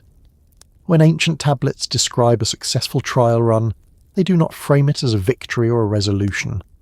There is no celebration, no declaration that balance has been permanently restored. Instead, what follows is quieter and more restrained. Life continues, but under slightly altered conditions. The change is subtle enough to blend into routine, yet meaningful enough to shape what comes next. Success in this context does not mean that nothing broke. It means that enough endured. The tablets suggest that a successful trial run is one in which systems bend without collapsing, where strain reveals weaknesses without triggering total failure. Humanity survives not because it was spared, but because it adapted just enough to remain functional within revised limits. The outcome is not reward, it is continuation. After such trials, the text often record adjustments rather than events. Lifespans shorten, population growth slows, labour is redistributed, authority becomes more distant. These changes are not dramatised, they are listed. Lists matter because they indicate normalisation. What was once extraordinary becomes standard. This normalisation is the clearest marker of success. In the Sumerian worldview, failure would require escalation, a more severe intervention, a deeper reduction, a harsher correction. Success allows restraint. It permits the system to continue operating with minimal additional force. This restraint is not mercy in the emotional sense, it is efficiency. The tablets frequently show that after an intervention, divine presence recedes rather than intensifies. The gods do not linger to supervise every outcome, they withdraw further. Humanity is left to operate within new constraints. This withdrawal is significant. It implies confidence that the system can now sustain itself for a time. A successful trial run reduces oversight. Before resets, the gods are depicted as closely involved. They complain, they deliberate, they intervene. After a successful correction, their involvement becomes more abstract. Decrees replace direct action. Fate replaces instruction. The world runs more autonomously. This shift suggests that the purpose of the trial was not to punish, but to restore self-regulation. The tablets also imply that memory is the primary safeguard after a successful trial. There is no constant reinforcement of lessons. There are no repeated warnings. Instead, memory is embedded in culture. Laws encode limits. Rituals mark boundaries. Stories preserve consequences. If memory holds, balance persists longer. If memory fades, imbalance returns. This reliance on memory explains why the tablets themselves exist. They are not simply records of the past. They are tools for continuity. They preserve awareness across generations so that the same thresholds are not crossed unknowingly. After successful trials, the world becomes quieter in the texts. Not silent, but less crowded with divine commentary. The narrative space shifts toward human activity. Trade resumes. Kings reign. Cities grow. The gods are still present, but they are less visible. This reduced visibility is not abandonment, it is trust. The tablets suggest that when humanity demonstrates the ability to endure constraint, direct intervention becomes unnecessary. The system is allowed to function under its own momentum. Another recurring feature after successful trials is partial restoration without full return. Conditions improve, but they do not revert entirely to what they were before. Floodwaters recede, but settlements relocate. Cold lifts, but calendars adjust. Light returns, but rituals commemorate darkness. These changes are lasting. Ancient texts do not describe resets as loops that return the world to a previous state. They describe them as steps in a gradual recalibration. Each cycle leaves residue. Each adjustment accumulates. A successful trial therefore alters the baseline. This alteration is often so gradual that it escapes notice. Generations later, what was once an emergency measure is simply how the world works. Lifespans that were shortened during one reset become normal in later eras. Limits that were imposed become tradition. The tablets rarely explain why these changes persist. They do not justify them. They simply record them. Persistence itself is the explanation. Another implication of success is delay. A successful trial does not eliminate the possibility of future intervention. It postpones it. The system gains time. Time is the currency of ancient balance. The longer balance holds, the less force is required to maintain it. Successful trials extend this interval. They create longer periods of stability before strain returns. This is why the tablets do not portray resets as final. Even successful ones are temporary solutions. The system will drift again. Excess will accumulate again. Another correction will eventually be required. Success buys time, not permanence. The tablets also suggest that successful trials often lead to decentralization. Authority becomes less concentrated. Responsibility shifts outward. Communities rely more on local structures and less on centralized control. This decentralization reduces strain on the system as a whole. It distributes risk. It limits accumulation. After successful trials, kingship is often redefined. Rulers reign for shorter periods. Power is shared or contested. The divine mandate becomes less explicit. This reduces the impact of individual failure. These political adjustments mirror environmental ones. They are not separate domains. They are expressions of the same recalibration. Another subtle change after successful trials is altered expectation. Humanity no longer assumes uninterrupted abundance. Scarcity becomes part of planning. Storage increases. Redundancy returns. Rituals emphasize restraint. These expectations shape behavior more effectively than fear. The tablets imply that fear fades quickly. Memory endures longer when embedded in practice rather than emotion. After a successful trial, the world feels normal again. This normality is deceptive. It hides the fact that limits have been redrawn. But this deception is not malicious. It allows life to continue without constant anxiety. Ancient systems did not seek to keep humanity in fear. They sought to keep it within bounds. Another indication of success is the absence of immediate follow-up interventions. The tablets show long stretches of relative quiet after successful adjustments. Generations pass. Events are recorded, but none escalate. This quiet is not indifference. It is confirmation. Silence after intervention means that the system is holding. The tablets also suggest that successful trials lead to simplification. Excess complexity is reduced. Systems become more manageable. This simplification increases resilience. Complexity returns eventually, but at a slower pace. In mythic terms, this is expressed as reduced divine involvement. When systems are simpler, fewer adjustments are required. Another outcome of success is altered relationship between humanity and environment. Settlements change location. Agricultural practices adjust. Seasonal awareness increases. These changes reduce friction between human activity and natural cycles. The tablets rarely frame these adjustments as lessons learned. They frame them as consequences accepted. Acceptance is important. Resistance prolongs imbalance. The idea of a trial run implies that escalation is possible. The tablets acknowledge this implicitly. When adjustments fail to hold, interventions intensify. When they succeed, escalation pauses. This conditional escalation is central to ancient cosmology. It ensures proportionality. The world is not corrected more than necessary. Success, therefore, is measured not by absence of hardship, but by sufficiency of adjustment. The tablets also hint that successful trials leave ambiguity. There is no certainty that balance will hold. There is no guarantee of future stability. The system remains vulnerable. This vulnerability is accepted. It is part of existence. Ancient cultures did not seek invulnerability. They sought survivability.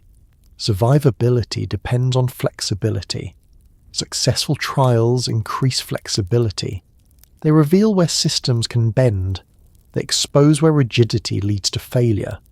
After successful trials, rigidity is reduced. This reduction is visible in law, ritual, and design. Another subtle outcome is humility. Not moral humility, but structural humility. Assumptions are revised, expectations lowered. This humility reduces strain. The tablets do not praise humility explicitly. They show it through altered behavior. When humanity no longer assumes unlimited growth, intervention recedes. Another implication is that success does not look dramatic. It looks uneventful. This is why modern readers often miss it. Ancient texts rarely highlight success. They simply move on. The absence of further disruption is the indicator. The world continuing without escalation is the signal. This understated outcome aligns with a broader pattern. Resets are not narratives of triumph. They are processes of adjustment. A successful trial run is one that requires no immediate sequel. The tablets also suggest that successful trials can be misinterpreted later. As memory fades, later generations may believe stability was always present. They forget the adjustment. This forgetting sets the stage for future imbalance. The cycle resumes. This is why the tablets emphasize record keeping. Without record, success becomes invisible. Invisibility leads to repetition. Another aspect is that success often benefits some more than others. The tablets do not hide this. Survivors thrive differently. Inequality persists. Success is not fairness, it is function. Functioning systems tolerate disparity as long as overall balance holds. This perspective is difficult for modern readers, but it reflects ancient priorities. After successful trials, attention shifts away from survival toward growth again. This shift is gradual. It begins cautiously. Eventually, growth accelerates. The system approaches limits again. This inevitability is acknowledged, not feared. The tablets do not present cycles as tragic. They present them as natural. Success delays, it does not prevent. Another subtle indicator of success is that narratives return to administration. Trade, construction, lineage. These mundane records signal stability. When the tablets are filled with lists rather than omens, balance has returned. Omens dominate during imbalance. Lists dominate during stability. This textual shift is significant. A successful trial run moves the record from omen to administration. This shift is not celebrated, it is assumed. The gods recede, humans manage. Eventually strain returns, the cycle repeats. Winter Storm Fern, when viewed through this framework, would not be expected to produce immediate transformation if it functioned as a successful trial. Systems would recover, life would resume, minor adjustments might occur. The true test would be whether those adjustments persist. The tablets suggest that after success, attention fades. Memory becomes the deciding factor. If memory holds, the next correction is distant. If memory fades, it arrives sooner. This conditional future is never spelled out. It is implied. Successful trials are quiet by design. They leave no monument. They leave no proclamation. They leave only altered baselines and the possibility of forgetting. And in the logic preserved on clay, that quiet continuation is not anticlimax. It is the intended outcome, the sign that balance, for now, has been restored just enough for the world to keep moving forward, unremarkably, until the next accumulation of strain begins without announcement. In reset cycles, survival is never the final measure of success. Ancient texts make this clear, not by stating it outright, but by what they choose to preserve and what they allow to fade. Survival keeps bodies alive. Memory determines whether the same conditions return. Without memory, survival merely resets the countdown. This distinction is subtle but decisive. Many beings survive resets in ancient narratives. Humans endure floods, cities are rebuilt, fields are replanted, lineages continue. Yet the texts do not linger on survival itself. They move quickly past it. What remains in focus is what is remembered, recorded, ritualized, and transmitted. Survival is assumed. Memory is uncertain. The tablets suggest that survival without memory is functionally meaningless. It allows imbalance to return unchanged. The same errors repeat. The same thresholds are crossed again, often more quickly than before. Memory slows recurrence. It stretches time between interventions. This is why ancient cultures invested so heavily in record-keeping, ritual repetition, and myth. These were not cultural embellishments. They were defensive technologies. In a cyclical worldview, death is expected. Extinction is inefficient. What threatens continuity is forgetting. The texts repeatedly imply that resets do not aim to remove humanity. They aim to interrupt trajectories. Survival ensures continuation of the species. Memory ensures alteration of direction. Without alteration, continuation is pointless from a systemic perspective. This explains why resets are often followed by changes in law, ritual, and social structure rather than by further environmental force. Environmental pressure reveals imbalance. Memory prevents its return. When memory fails, environmental pressure reappears. Ancient narratives emphasize this indirectly. After resets, there is often a proliferation of rules. New limits are defined, boundaries are reinforced, calendars are adjusted. These are memory structures. They encode lessons into daily life. Survival alone would allow humanity to resume previous behavior immediately. Memory restrains it. The tablets rarely praise those who merely survive. They preserve the names of those who remember. Kings who establish laws. Figures who rebuild differently. Lineages that adapt rather than restore blindly. This emphasis suggests that survival is expected. Memory is earned. Memory also determines scale. Without memory, small imbalances grow unnoticed until correction must be severe. With memory, early adjustment is possible. Ancient texts imply that harsher resets follow failed remembrance, not failed survival. The flood narrative illustrates this clearly. The flood is devastating, but it is not the end.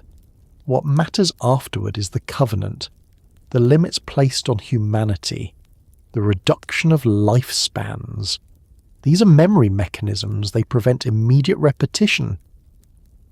Later traditions reinterpret these mechanisms morally, but the structural function remains visible. Memory reduces strain. In this framework, death is not the enemy. Excess is.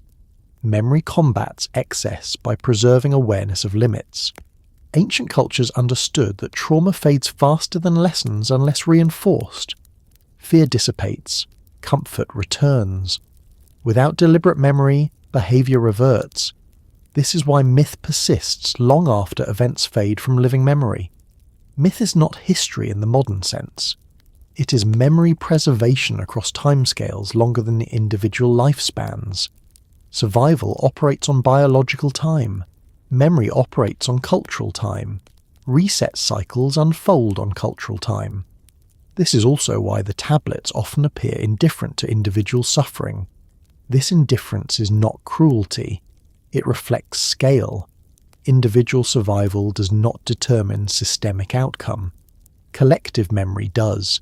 The texts do not catalogue victims. They catalogue outcomes. This prioritization is difficult for modern readers who centre experience. Ancient systems centre continuity. Memory also allows comparison. It enables recognition of pattern. Without memory, each disruption appears unprecedented. With memory, recurrence becomes visible. The tablets function as comparative devices. They place events side by side across centuries, flood levels, rain lengths, harvest yields. These comparisons reveal drift. Drift is invisible without memory. Survival alone cannot detect drift. It adapts to immediate conditions. Memory reveals trajectory. This is why ancient resets often feel repetitive. They are. The repetition is intentional. It tests whether memory has held. If the same imbalance returns unchanged, memory has failed. If imbalance returns altered, memory has partially succeeded. The texts do not expect perfect retention. They expect degradation. Memory weakens over generations. Rituals become symbolic. Laws lose context. Practices persist without understanding. When memory becomes hollow, resets intensify. This escalation is not punishment. It is compensation for lost information. Ancient systems compensated for forgetting through environmental force. Modern systems attempt to compensate through data. Whether that data becomes memory remains uncertain. Memory also shapes design. After resets, settlements move, architecture changes, storage increases. These material changes embody memory physically. They persist even when stories fade. This physical memory is crucial. It embeds limits into the environment. Survival without physical memory invites repetition. Ancient cultures built memory into space. City walls, flood markers, sacred boundaries. These are not symbolic. They are reminders.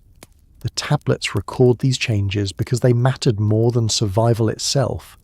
Survival ensures the next generation exists. Memory determines how it lives. Another reason memory matters more than survival is that survival can be accidental. Luck, geography, resources. Memory requires intention. Ancient texts often imply that those who survive by chance do not necessarily shape the future. Those who remember do. This distinction appears in lineage records. Certain lines persist culturally even if others survive biologically. Influence follows memory. Memory also moderates power. After resets, authority is often limited. Kings reign shorter. Divine mandates weaken. These changes reflect remembered excess. When memory fades, authority expands again. Thus memory regulates governance. Survival does not. The tablet suggests that successful reset cycles depend on embedding memory deeply enough that it constrains behavior unconsciously. When memory becomes habitual, intervention is unnecessary. This is the ideal outcome. But memory is fragile. Comfort erodes it. Prosperity accelerates forgetting. The texts imply this without stating it. Periods of abundance are followed by silence, then imbalance, then reset. Memory thins during abundance. This thinning explains why survival alone cannot be the goal. Abundance ensures survival. It undermines memory. Reset cycles restore memory through hardship. Hardship sharpens attention. It ingrains limits. This is why ancient texts do not seek to eliminate hardship entirely. They seek to prevent unbounded growth. Memory enforces restraint where abundance removes it. Modern narratives often treat survival as triumph. Ancient narratives treat it as baseline. The triumph is continuity with adjustment. Adjustment requires memory.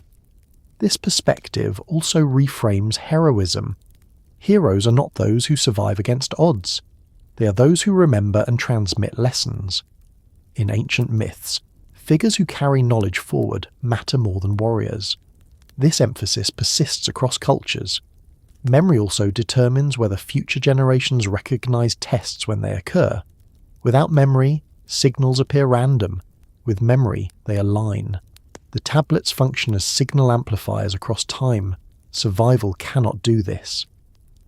Another subtle implication is that memory is cumulative. Each reset adds to it. Each cycle leaves residue. The world becomes layered with remembered limits. This layering creates culture. Culture in ancient understanding is memory made durable. Survival without culture is repetition. This is why ancient resets never aim to erase culture completely. Even when cities fall, knowledge persists. Total erasure would remove memory and require harsher correction later. The goal is refinement, not restart. Memory allows refinement. The tablets themselves are evidence of this priority. Clay survives floods. Stone survives fire. Memory outlasts bodies. Ancient cultures chose durable media intentionally. Modern societies rely on volatile media. Digital records require power. Infrastructure failures threaten memory. This introduces new vulnerability. If memory fails at scale, resets intensify. Ancient systems anticipated this by diversifying memory transmission. Oral tradition, ritual, monument, record. Survival does not require this redundancy. Memory does. The tablet suggests that when memory weakens, intervention shifts from subtle to overt. Cold becomes harsher. Floods rise higher. Silence lasts longer. These escalations compensate for lost memory. This pattern reinforces the idea that memory, not survival, governs cycle severity. When memory holds, corrections are gentle. When memory fails, corrections intensify. The texts never say this directly. They show it. This showing is intentional. Memory also influences interpretation. Without memory, events are misread. Blame is misplaced. Fear replaces understanding. Ancient texts resist fear-based interpretation. They preserve calm tone even during catastrophe. This tone reflects confidence in memory's role. Fear fades, memory persists. Another aspect is that memory allows agency. Those who remember can adjust proactively. Those who merely survive reactively endure. Ancient resets reward agency indirectly. Those who adapt early endure with less suffering. This adaptation is memory in action. Survival without agency leads to vulnerability. The tablets also imply that memory matters because it distributes responsibility across generations. Each generation inherits constraints. Survival alone would reset responsibility each time. Memory creates continuity of responsibility. This continuity stabilizes systems. Without it, each generation repeats errors. The cyclical worldview depends on this generational transmission. This is why ancient cultures placed elders in positions of authority. Elders carry memory. Youth carry energy. Energy without memory produces excess. Resets correct excess by reasserting memory. Another subtle implication is that memory shapes identity.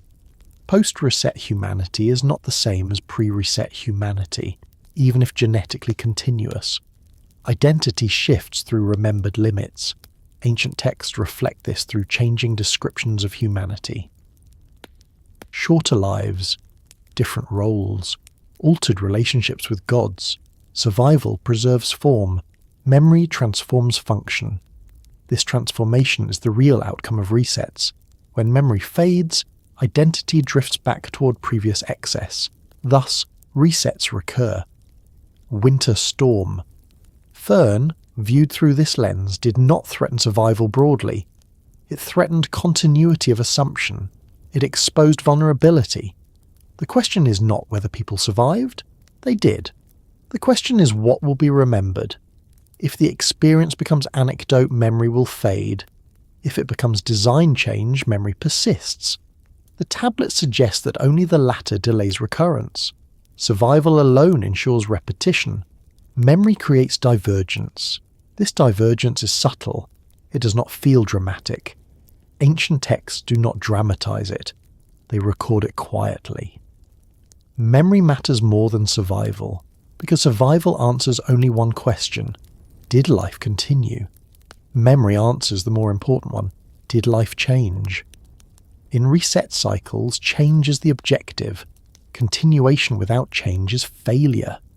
This is why the tablets treat survival as assumed and memory as central. They are not records of endurance. They are records of adjustment. An adjustment, once forgotten, must be relearned through renewed strain, not because the system is cruel, But because memory, not survival, is the only mechanism that prevents the same imbalance from returning again, quietly at first, then unmistakably, as cycles turn forward without conclusion or final escape. There is an uneasy space in ancient thought where coincidence and intention overlap without ever fully separating. This space is not treated as a problem to be solved, but as a condition to be lived within. Ancient texts rarely rush to decide whether events are accidental or deliberate. They linger in the ambiguity, because the ambiguity itself carries meaning. In modern thinking, coincidence and intention are often framed as opposites. Either something was planned, or it happened by chance. Ancient cosmology does not insist on this division. It allows for outcomes that are shaped without being scripted, guided without being commanded. Events unfold according to conditions rather than explicit orders. This framework makes room for patterns without requiring puppeteers. In reset narratives, environmental disruptions are never introduced with a clear statement of intent. Floods rise, cold spreads, darkness lingers. The texts do not say this was done for this reason at this moment. Instead, they describe circumstances aligning. Imbalance persists, conditions shift, consequences follow. The reader is left in the space between. This space is intentional in its own way. It prevents the reader from externalizing responsibility entirely. If everything is coincidence, then nothing can be learned. If everything is intention, then nothing can be changed. The ambiguity preserves agency. Ancient cultures understood that systems respond to pressure, regardless of whether that pressure is applied consciously. Rivers flood when banks are exceeded. Cold overwhelms when preparation is insufficient. These outcomes do not require malice or planning. They require thresholds. Thresholds matter more than motives. This is why ancient texts focus on limits rather than plans. They describe what happens when noise exceeds tolerance, when population overwhelms capacity, when activity outpaces restraint. The resulting disruptions feel purposeful because they are patterned, but they are not narrated as decisions in the modern sense. The gods in these texts often appear reactive rather than proactive. They observe, they tolerate, they respond. This portrayal reinforces the idea that intention emerges from conditions rather than preceding them. Modern readers often struggle with this because it resists clear attribution.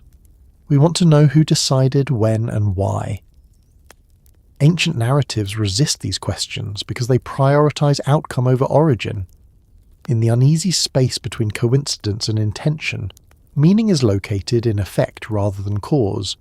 This is especially visible in how ancient texts treat timing. Events occur when conditions align, not when a schedule demands it. Floods arrive after long accumulation. Cold deepens after prolonged imbalance. Silence precedes transitions without announcement. From a modern perspective, this can feel arbitrary. From an ancient perspective, it is precise. Precision lies in thresholds, not calendars. This distinction matters when interpreting trial runs. If a reset-like event occurs, is it coincidence, or was it intended as a test? Ancient cosmology does not require an answer. The test is defined by outcome. If systems are revealed, if behavior shifts, if memory forms, then the event functions as a test regardless of origin. Function overrides intent. This functional framing removes the need to assign motive to higher powers. Whether the gods planned the flood or simply allowed it becomes secondary. What matters is what the flood accomplished. This is why ancient texts can appear contradictory.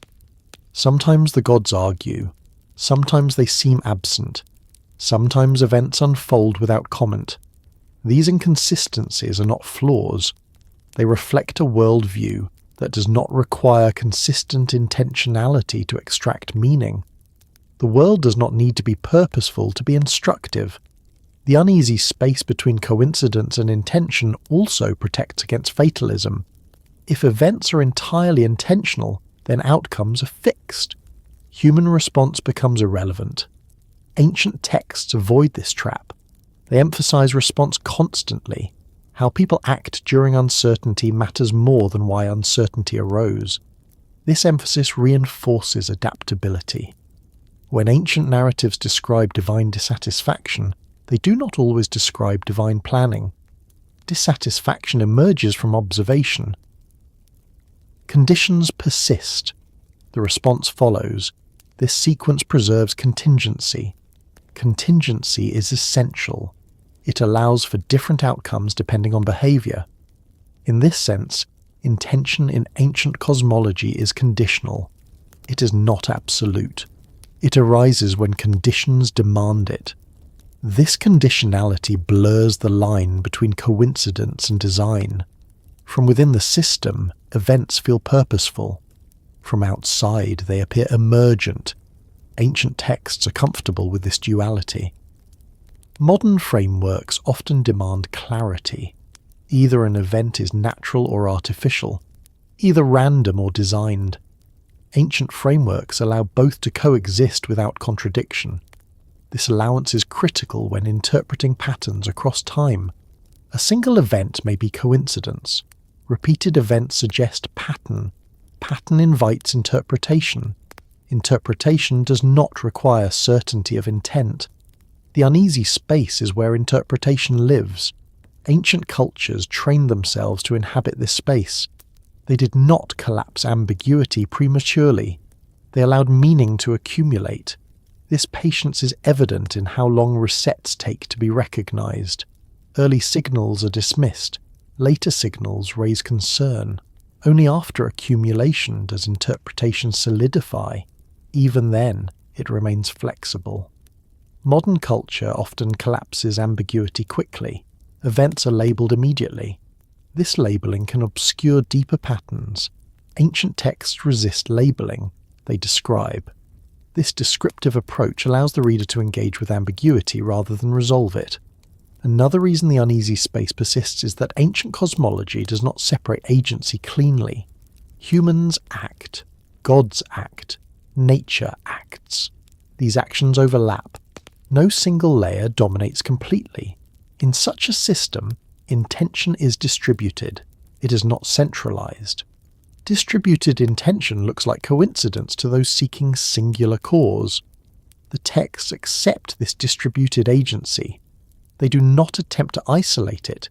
They allow multiple influences to coexist. This coexistence explains why ancient narratives can depict gods surprised by outcomes. Surprise implies lack of full control. It implies responsiveness. Responsiveness exists in the space between coincidence and intention.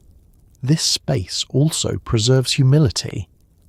If events may not be fully intentional, then authority remains provisional.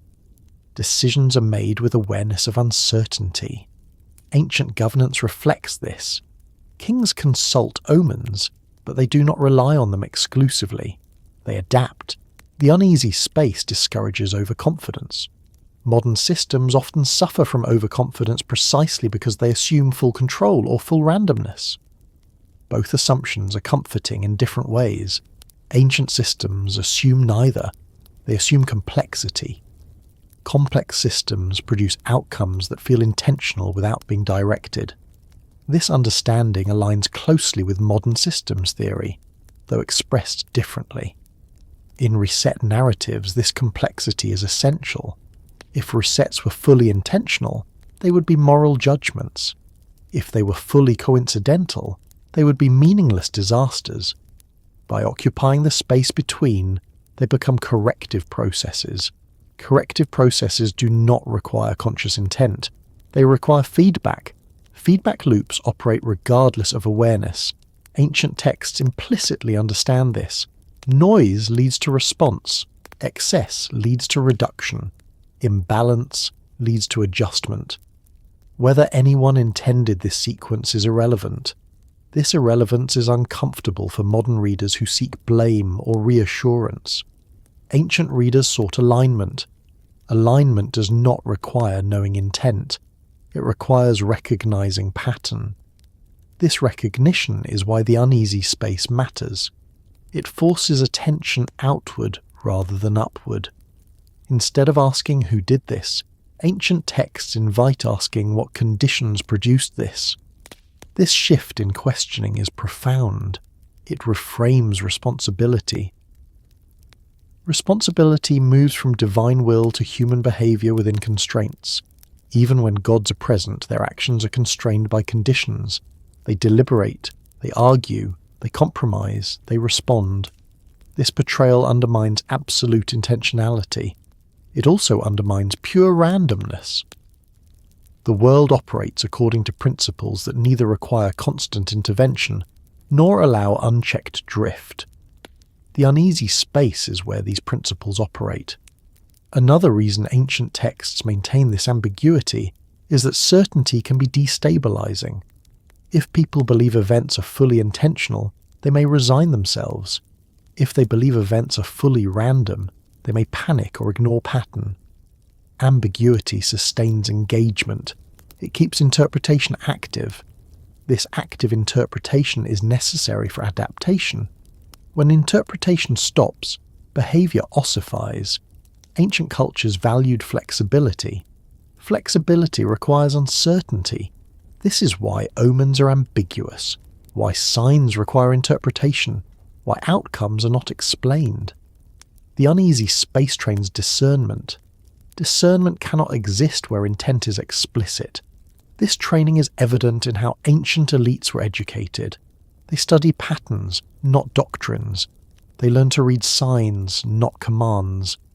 Reset myths encode this pedagogy. They do not teach what to think. They teach how to observe. The uneasy space between coincidence and intention is where observation remains necessary. In modern contexts, this space is often collapsed by ideology. Events are framed to fit narratives. Complexity is reduced. Ancient narratives resist this reduction. They preserve tension. This tension is not meant to be resolved. It is meant to be inhabited. Winter Storm Fern, when viewed through this lens, sits squarely in this uneasy space. It can be described as coincidence, a weather system interacting with infrastructure. It can also be interpreted as test-like, revealing weaknesses, forcing adjustment. Ancient frameworks would not insist on choosing one interpretation. They would ask what the event revealed. The event's function matters more than its cause. This does not require belief in intentional oversight. It requires attentiveness to outcome. The uneasy space also protects against scapegoating. If events are not clearly intentional, blame becomes diffuse. This diffusion discourages simplistic narratives. Ancient texts avoid scapegoating. Even when blame is implied, it is collective. Collective responsibility aligns with systemic thinking. The uneasy space also limits despair. If events are not purely intentional punishment, then redemption remains possible. If they are not pure accident, then meaning remains possible. This balance sustains hope without delusion. Ancient cultures needed this balance to endure uncertainty. They lived closer to environmental limits. Ambiguity was unavoidable. Modern societies attempt to eliminate ambiguity through prediction and control. When prediction fails, discomfort intensifies. Ancient systems accepted unpredictability as inherent. The uneasy space is not a flaw, it is a feature. It allows meaning to emerge gradually. It prevents premature closure. It keeps memory active. Another subtle implication is that intention may not be singular. Multiple intentions can coexist. Human plans, environmental pressures, administrative decisions, mythic oversight. These intentions intersect. Their intersection produces outcomes that no single actor intended. This intersectional causality is difficult to narrate cleanly. Ancient texts accept messiness. Modern narratives prefer clarity. The uneasy space resists simplification. It demands patience. Patience is rare. Ancient texts cultivate it. This cultivation is visible in pacing, long descriptions, sparse commentary, extended silence. The reader is not rushed to conclusion. The unease builds slowly. This pacing mirrors lived experience. People do not know they are in a test while it unfolds. Only afterward does interpretation solidify. Even then, certainty remains elusive. Ancient texts do not seek to eliminate this elusiveness, they preserve it. The space between coincidence and intention is where responsibility, adaptation, and memory intersect. If events are fully intentional, responsibility shifts upward. If events are fully coincidental, responsibility dissolves. Between these extremes, responsibility rests with those who must respond. This placement is deliberate. Ancient cosmology is not about assigning blame, it is about maintaining balance. Balance requires responsiveness. Responsiveness requires uncertainty. Uncertainty lives in the uneasy space. This space also ensures that tests remain tests rather than performances. If intention were clear, behavior would be distorted. Ambiguity ensures authenticity. Ancient tests reveal what systems do naturally under pressure. This natural response is the data. The uneasy space preserves data integrity. Modern testing often fails because participants know they are being tested. Ancient systems avoided this. They embedded tests in lived reality. Reality does not announce intention. It presents conditions. Response follows. This approach is more honest. It is also more demanding.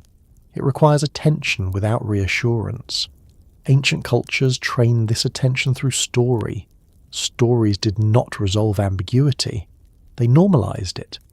The uneasy space between coincidence and intention is where ancient wisdom resides.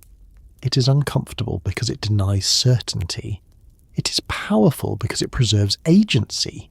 It is necessary because systems cannot be managed through absolutes. Understanding this space changes how ancient texts are read and how modern events are interpreted. It shifts focus from cause to consequence, from blame to behavior, from prediction to preparedness. In this space, meaning is not declared. It is inferred. Inference requires memory. Memory requires patience. Patience requires tolerance for unease. Ancient cosmology assumed this tolerance. Modern culture often lacks it. Relearning it may be essential if cycles are to be navigated without escalation.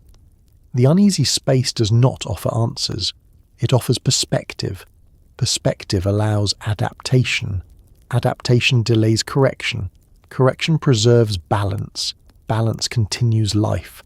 And in that continuity, ancient texts leave the reader suspended not with certainty but with attentiveness, aware that between coincidence and intention lies the only space where meaningful response can occur before conditions shift again, quietly, without announcement, as they always have. When the texts reach the point where correction has passed and silence returns, they do not close with answers. They leave a space, not an empty one, but a softened one, where attention turns inward rather than outward. This final space is not meant to resolve uncertainty. It is meant to hold it gently. If the event functioned as a test, what mattered was not spectacle. The tablets never emphasize scale alone. They do not count bodies first. They do not measure drama. They observe response. They observe alignment. They observe whether systems behaved as they were assumed to behave, or whether those assumptions dissolved under pressure. What was measured first was endurance, but not in the heroic sense. Not how much could be suffered, but how long systems could function without intervention. How long warmth could be maintained. How long coordination could persist. How long trust held before fragmentation appeared. Endurance here is structural, not emotional. Another measure was dependency. The texts are deeply concerned with what depends on what, which layers collapse first, which ones remain. A test reveals dependency chains that everyday life conceals. When one link fails, what follows? When energy falters, what stops next? When communication thins, what decisions slow? These sequences are the data. What was measured was not preparedness as performance, but preparedness as design. Not whether people reacted quickly, but whether the world they had built assumed uninterrupted flow, whether margins existed, whether redundancy was real or theoretical, whether efficiency had replaced resilience without being noticed. The tablets consistently treat margin as sacred. Margin is what allows correction without escalation. When margin disappears, even small disruptions demand larger response. A successful test reveals margin still present, even if strained. An unsuccessful one reveals that margin was already gone. Another thing measured was memory in motion. Not memory as archive, but memory as behavior. Did responses reflect lessons from earlier strain? Did systems adjust automatically based on prior experience? Or did they repeat the same vulnerabilities? Memory that exists only in records is fragile. Memory that exists in design endures. The texts care deeply about this distinction. They imply that remembered limits change how societies move through stress. Where memory is active, response is quieter. When memory has faded, correction grows louder. What was measured also included restraint. Not restraint imposed, but restraint chosen. Did activity slow voluntarily before systems forced it to? Did consumption narrow before scarcity demanded it? Did cooperation emerge early or only after collapse? These behaviors are not moralized. They are observed. Restraint is efficiency from the perspective of balance. It reduces the need for force. Another subtle measure was adaptability without instruction. The absence of announcement is critical here. Without being told what was happening, did systems adapt anyway? Did people improvise in ways that reduced strain or amplified it?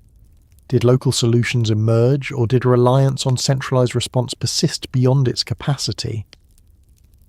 The tablets repeatedly suggest that adaptation without instruction is the most reliable indicator of sustainability.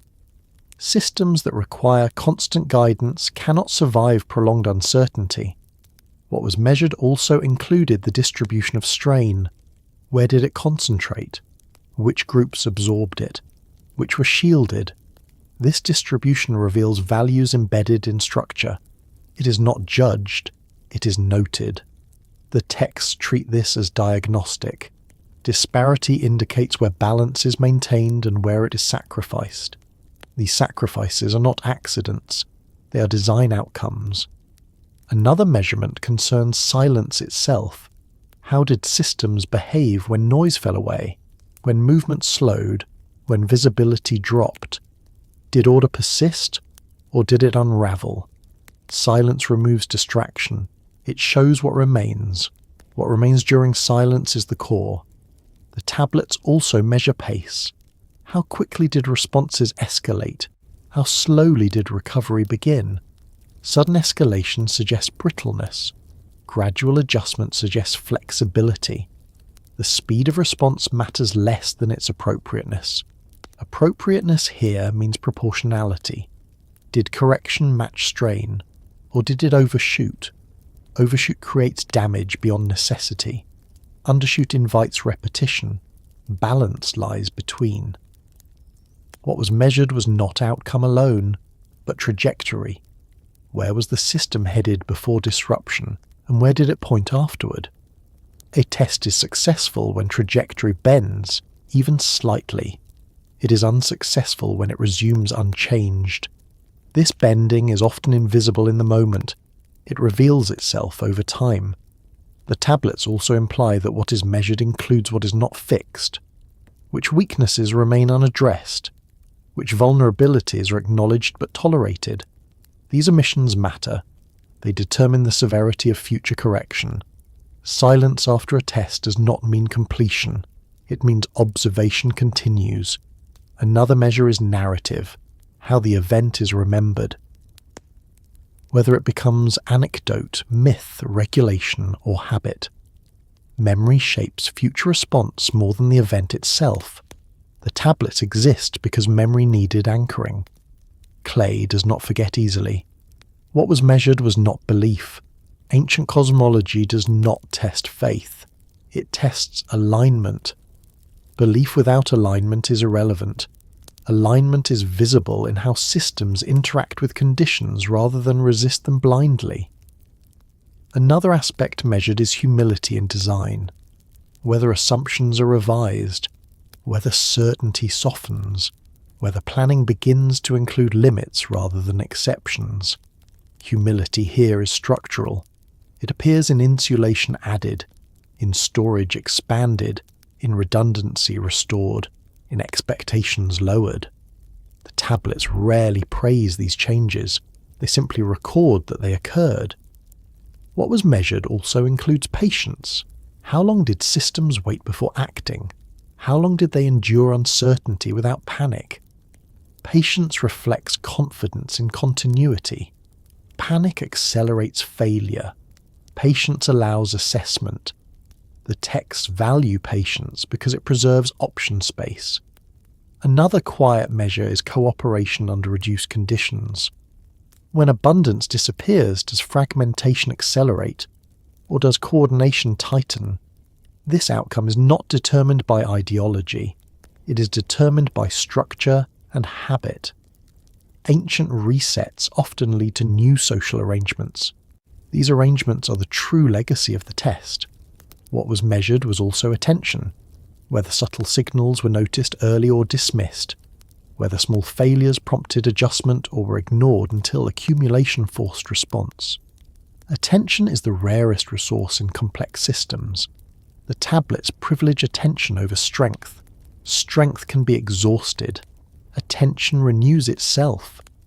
The final thing measured is whether continuation feels different afterward, not dramatically, subtly, whether assumptions shift, whether vulnerability remains visible in memory. If life resumes exactly as before, the test has failed. If life resumes with quiet changes, the test has succeeded. The tablets do not announce which outcome occurred. They move on. This movement is deliberate. It mirrors how life continues without clear endings. A test does not conclude with explanation. It concludes with consequence. The quiet thought left before rest is not meant to provoke fear. It is meant to settle awareness, not of threat, but of function. Systems are always being evaluated by the conditions they create for themselves. Tests do not arrive from outside. They emerge when alignment thins. What matters is not whether the test was intentional, coincidental, or named at all. What matters is what was revealed, what was adjusted, and what will be remembered. In the ancient logic preserved on clay, this awareness is not heavy. It is steady. It does not demand urgency. It invites attentiveness. Life continues. Systems recover. Silence deepens. And within that silence, balance holds only as long as memory remains active, carrying forward what was quietly measured when conditions narrowed just enough to show the shape of things beneath comfort, before warmth returns, movement resumes, and the cycle proceeds onward without declaration, leaving behind only the residue of change, waiting to be noticed or forgotten as time flows on.